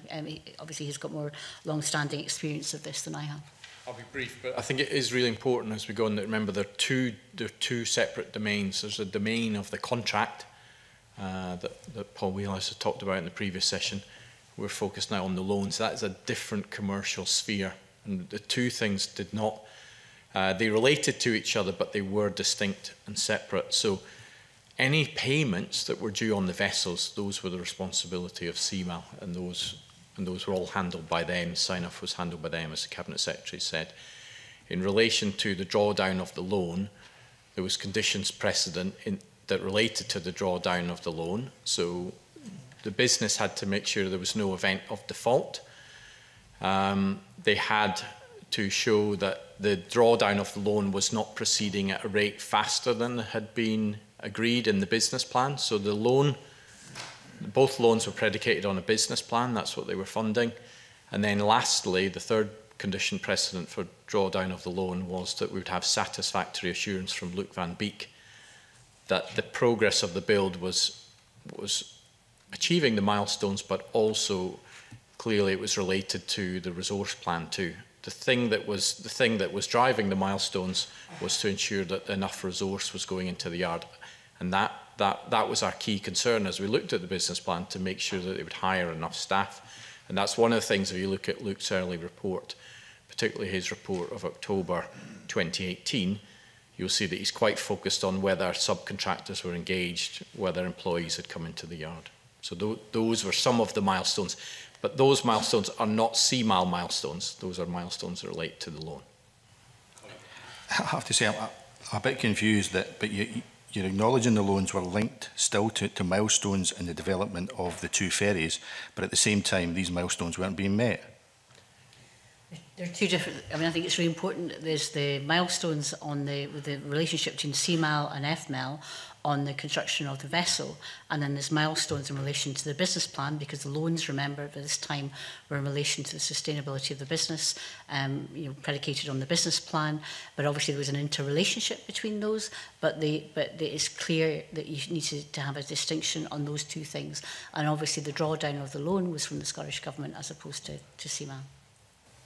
It's probably not an issue for today, but I just find it curious that the loans are being drawn down, but we're consistently saying the ships are not being built and delivering on those milestones. So, how that ties in with a successful business plan, I'm not entirely sure. But on that basis, can I ask what amount of the loans has been written off as bad debt, and is this figure included in the now £200 million cost of these vessels? So, in relation to the 45 million loans that the Scottish Government made to FML, these were used, part of it was used for the Government's purchase of the business and assets of the yard under the sale and purchase agreement. That would be around 7.5 million was set off against the monies owed to Scottish ministers. The balance of the loans remains outstanding and forms part of the Scottish Government's secured creditor claim in the administration of Ferguson Marine Engineering Limited in administration. Any distributions to Scottish ministers from the administration will be offset against the outstanding balance, and the carrying value of the loans has been revalued to nil in the Scottish Government's accounts. And again, I suppose it's to reiterate, the loan agreements were designed to support the FML, that's the old company business plan, and are distinct from the shipbuilding contracts, which I think we've just had that discussion on. Expenditure relating to the loans is therefore not included in the total cost of the two ferries. Again, it's the difference between support from the business as opposed to support and funding for the contract with CML in relation to the ferries. Okay, thanks very much. I know colleagues have got questions now on the new structure and specifically on the nationalisation, but can I just ask, before they raise the points on nationalisation, about that new structure? Now, in your opening comments, you said you stand firm with the workforce and you could not turn your back on that workforce, yet that is exactly what the GMB union accused you of doing last night by failing to have a member of the board on a member of the workforce on the new board. GMB organiser Gary Cook last night said, Fiona Hislop has taken the one consistently supportive stakeholder that the Scottish Government had, the workforce, and turned her back on them. Her preferred workforce representation structures have not been negotiated with the trade unions who supported the Government in saving the yard. The Minister has imposed a cut on the level of workforce participation concerning the decisions affecting their yard and livelihoods. There's no getting away from this. We've went from having a workers' representative on the project board of Ferguson's to the Minister creating a workforce liaison committee which can make representations to the new board. There is nothing progressive about this whatsoever. It makes a mockery of the Scottish Government's own fair work policies and dilutes the effectiveness of the workers' voice. So will you listen to the GMB union and have a workforce representative on the board of the shipyard?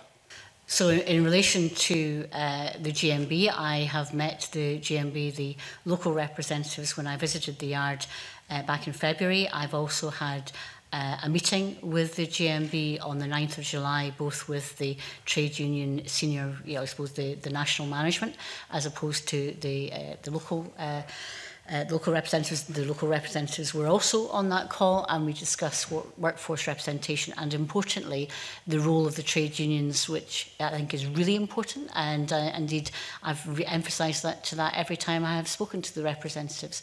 And the trade union representatives will be able to attend every board meeting, will be able to bring forward what their views are and the things that they want addressed. And that, I think, is fairly unprecedented in terms of activity. In addition to that, there will also be a workforce liaison committee that will embrace not just the union representation in the yard, but the wider workforce indeed. I think we also have to reflect that perhaps unlike other situations in other countries where board membership may have trade union representation as part of a supervision and the operation, as indeed the Project Review Board, which you were referring to at the beginning, that was set up when the government took ownership in order to make sure that there was input and direction in terms of the union's understanding of what the work was needed to turn around the company. But in the United Kingdom, you have a situation of a unitary board where each and every board member are responsible to the board, not to the trade union. If you put a trade union representative on that board, they would not be responsible for the trade union or to their trade union, but they would be responsible to the board. And whether Graham Cook or indeed other members of the senior management of the trade union movement of the GMB would want to be part and take that responsibility, I don't know, or whether they're suggesting that one of the local members would want to do that. But that's, I'm noticing, I'm sorry, that was quite a long question introduction from Mr Smith, but I thought it needed addressed, but I'm seeing the convener is pointing his It was far too long an introduction by Colin Smith, but he got away with it, and he got away with a very long answer. But there are lots of other members with questions, and I don't want to upset anyone, so I'm going to come to the Deputy Convener, Maureen Watt. Maureen. Thank you, Convener. At the stage where it was obvious that female were no longer in a position to take the yard forward, what effort was made to secure private sector bids for the yard? So I think that's an important question, and if you look, I think it's 158 of the written statement that we sent to you. That's the bit that covers the acquisition of Ferguson Marine. PricewaterhouseCoopers were appointed in January 19 to undertake the work of looking at what might be required going forward in terms of three main criteria: the delivery of the vessels, the safeguarding the workforce, and supporting the future of the site, against the background that the Scottish Ministers acting on a commercial basis, as we understand we need to do.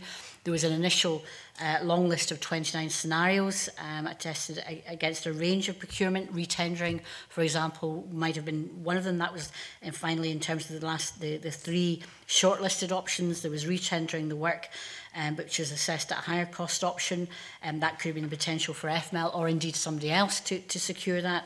And the second one would be build out under administration without ownership, or under public ownership, and then obviously the final decision about public ownership. So a wide range of different options were taken following investigation of all the different options, including commercial options that the member refers to.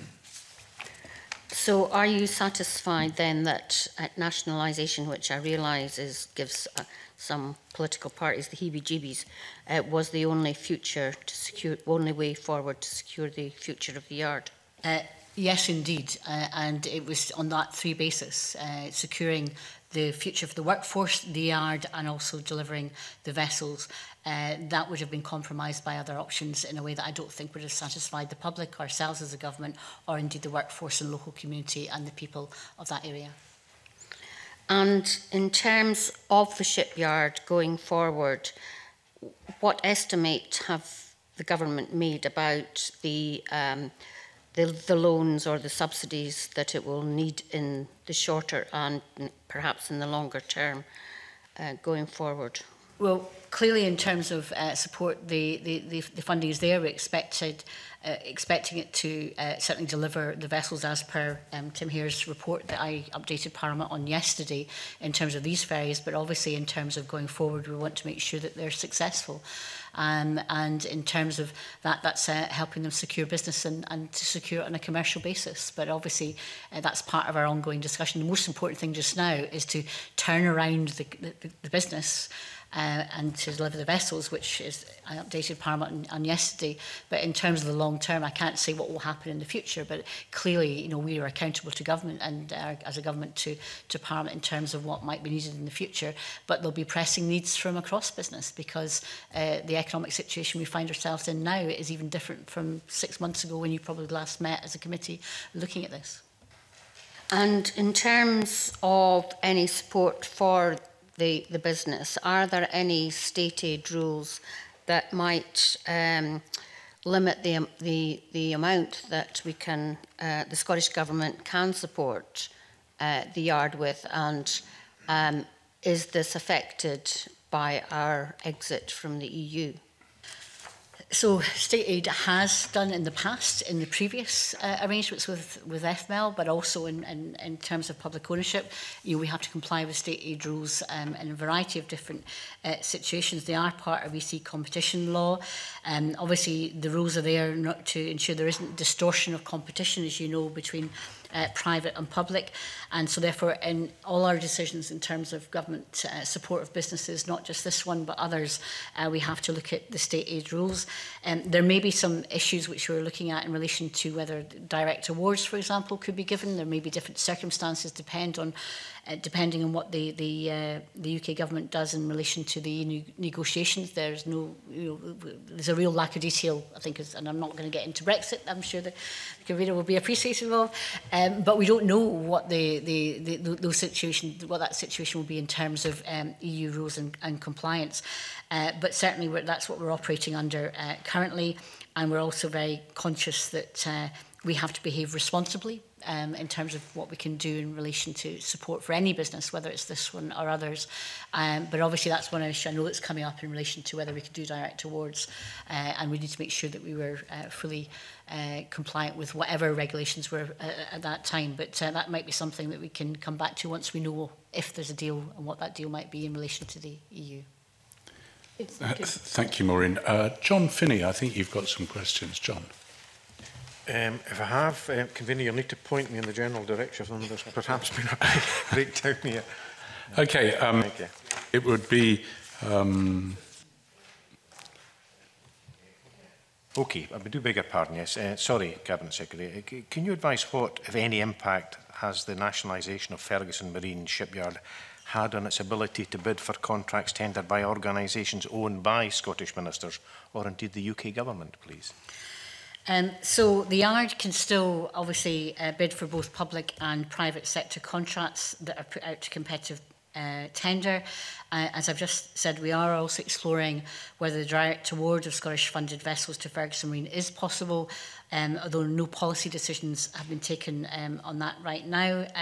In the meantime, the Yard is actively working to secure work to follow on from the completion of 801 and 802, and we continue to support the Yard in improving its efficiency, its competitiveness, so that it can secure sustainable work irrespective of whether it is private or public sector vessels. And again, I think what's going to be important, I don't know whether Tim would want to comment on this, but it's important that we play to the strengths of the business itself, because obviously it won't necessarily be able to compete in certain areas, but certainly in the specialism of the workforce and the skills that it has, if that's what you were looking for. It is, and if I may, Cabinet Secretary, we heard in the previous session from Minister Paul Wheelhouse about the number in the existing fleet that are originally built at Ferguson Marine, so there clearly is a history, but that might be offset with, if I could use the term, perhaps reputational damage around this. What steps are being taken to build on that history and the strength of the workforce and the quality of craft that can be built? Happy to... Yes, thank you. Good morning. The reputation of the shipyard undoubtedly has taken a hit as a result of the problems with 801 and 802. We are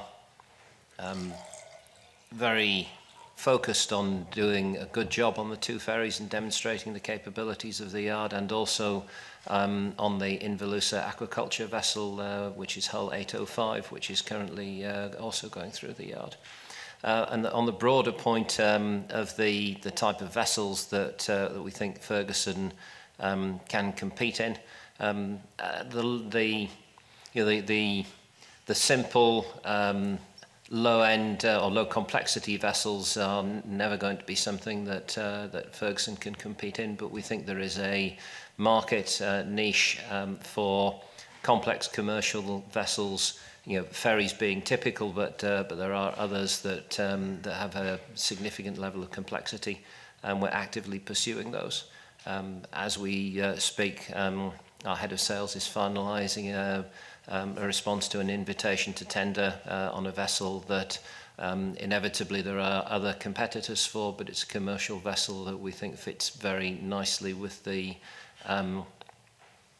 strengths of Ferguson and the future that we're trying to create for the yard. Okay, thank you. That's very reassuring, and I wish every success with that particular tender.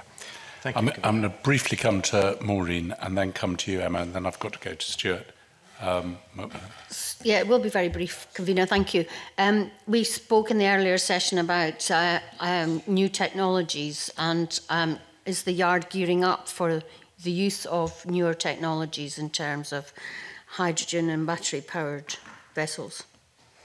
As far as hydrogen is concerned, Ferguson FML was involved in a hydrogen ferry consortium where it was incompatible with the turnaround. We would not have been able to support that, but that project is continuing with support from other government agencies. We have involvement in a hydrogen-based retrofit generation project, which Ferguson is continuing to support. and the business built 3 battery hybrid smaller ferries in the past, so the knowledge is there. So I think it would be fair to say it's not our first area of focus, but first focus is deliver the vessels and safeguard the future of the yard, but it is something that's on the agenda.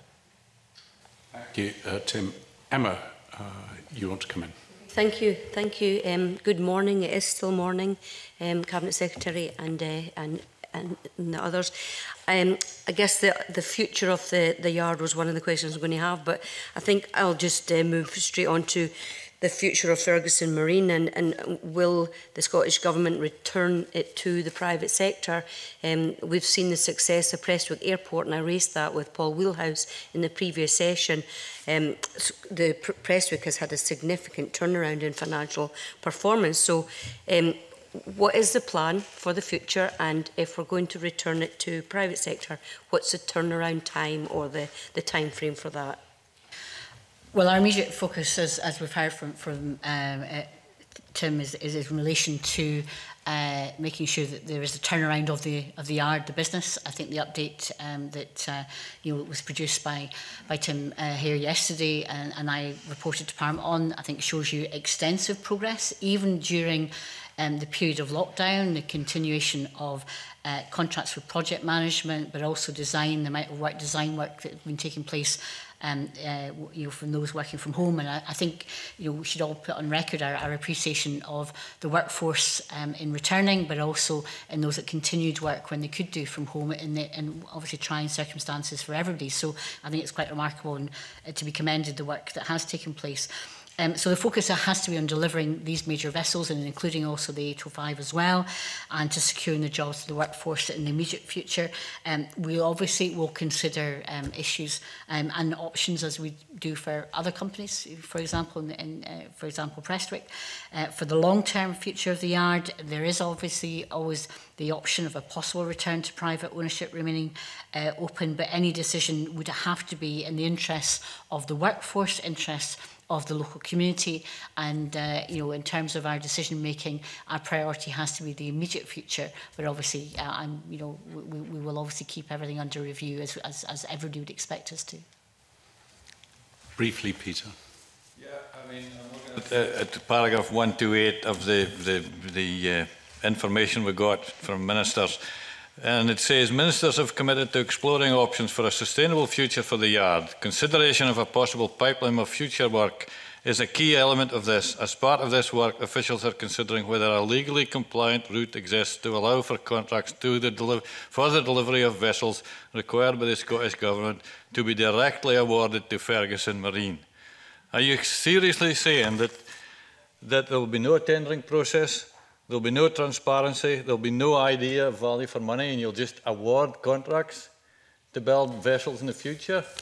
Well, seriously, that's not an unusual thing to happen, seriously, in lots of other countries and other parts of the world. But I do think commercially viable. Remember the issues I talked about state aid, which is about competition to make sure that in terms of whether public awards are equitable in terms of being state aid compliant, that would have to obviously be effective if we were to give a direct award. I'm not saying as of now we could do that, precisely because we've got to make sure that whatever we do is compliant with state aid, that does not give or appear to give any disadvantage to a directly owned company as opposed to a private owned company. So you can give opinion, you can give weight about what's serious or what isn't.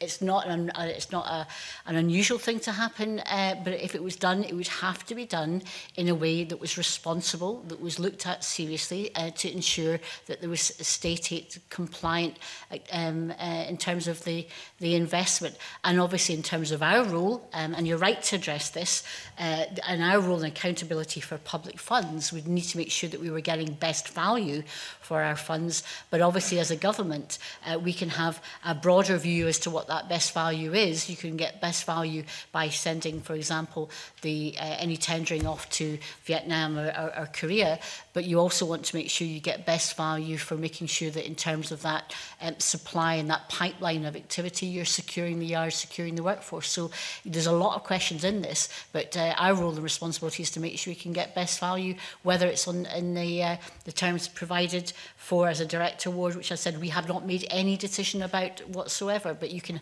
have your opinions and you can say to me you don't think it's the right thing to do, but other people will have other views as to whether they think it's the right thing to do. But whatever we want to do, we need to make sure that we're accountable to Parliament, and we would ensure that we report any change to our position, and our position just now is we've not made a decision on this issue.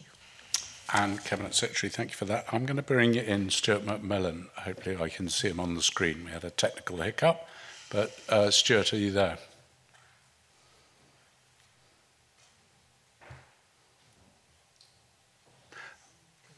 In the hope that he's going to come in a minute. There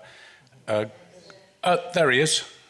Stuart, I can't hear you. Just a moment. Yeah, thank you. Go for it. Yeah. Okay. Thank you, Convener. It's a question, first of all, to Tim.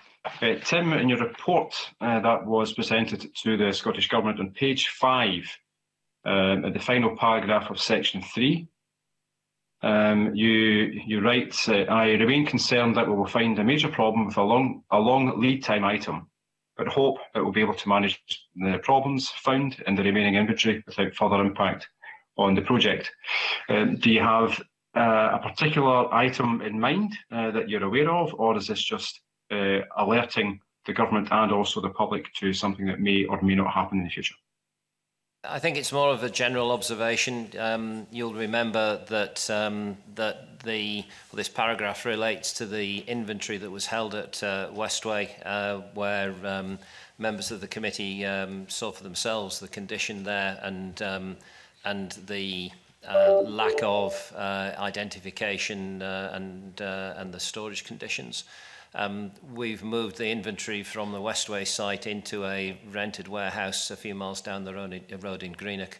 We have people working through it to find out what we've got, where it should fit on the ships, whether it's still compatible with the design and what condition it's in.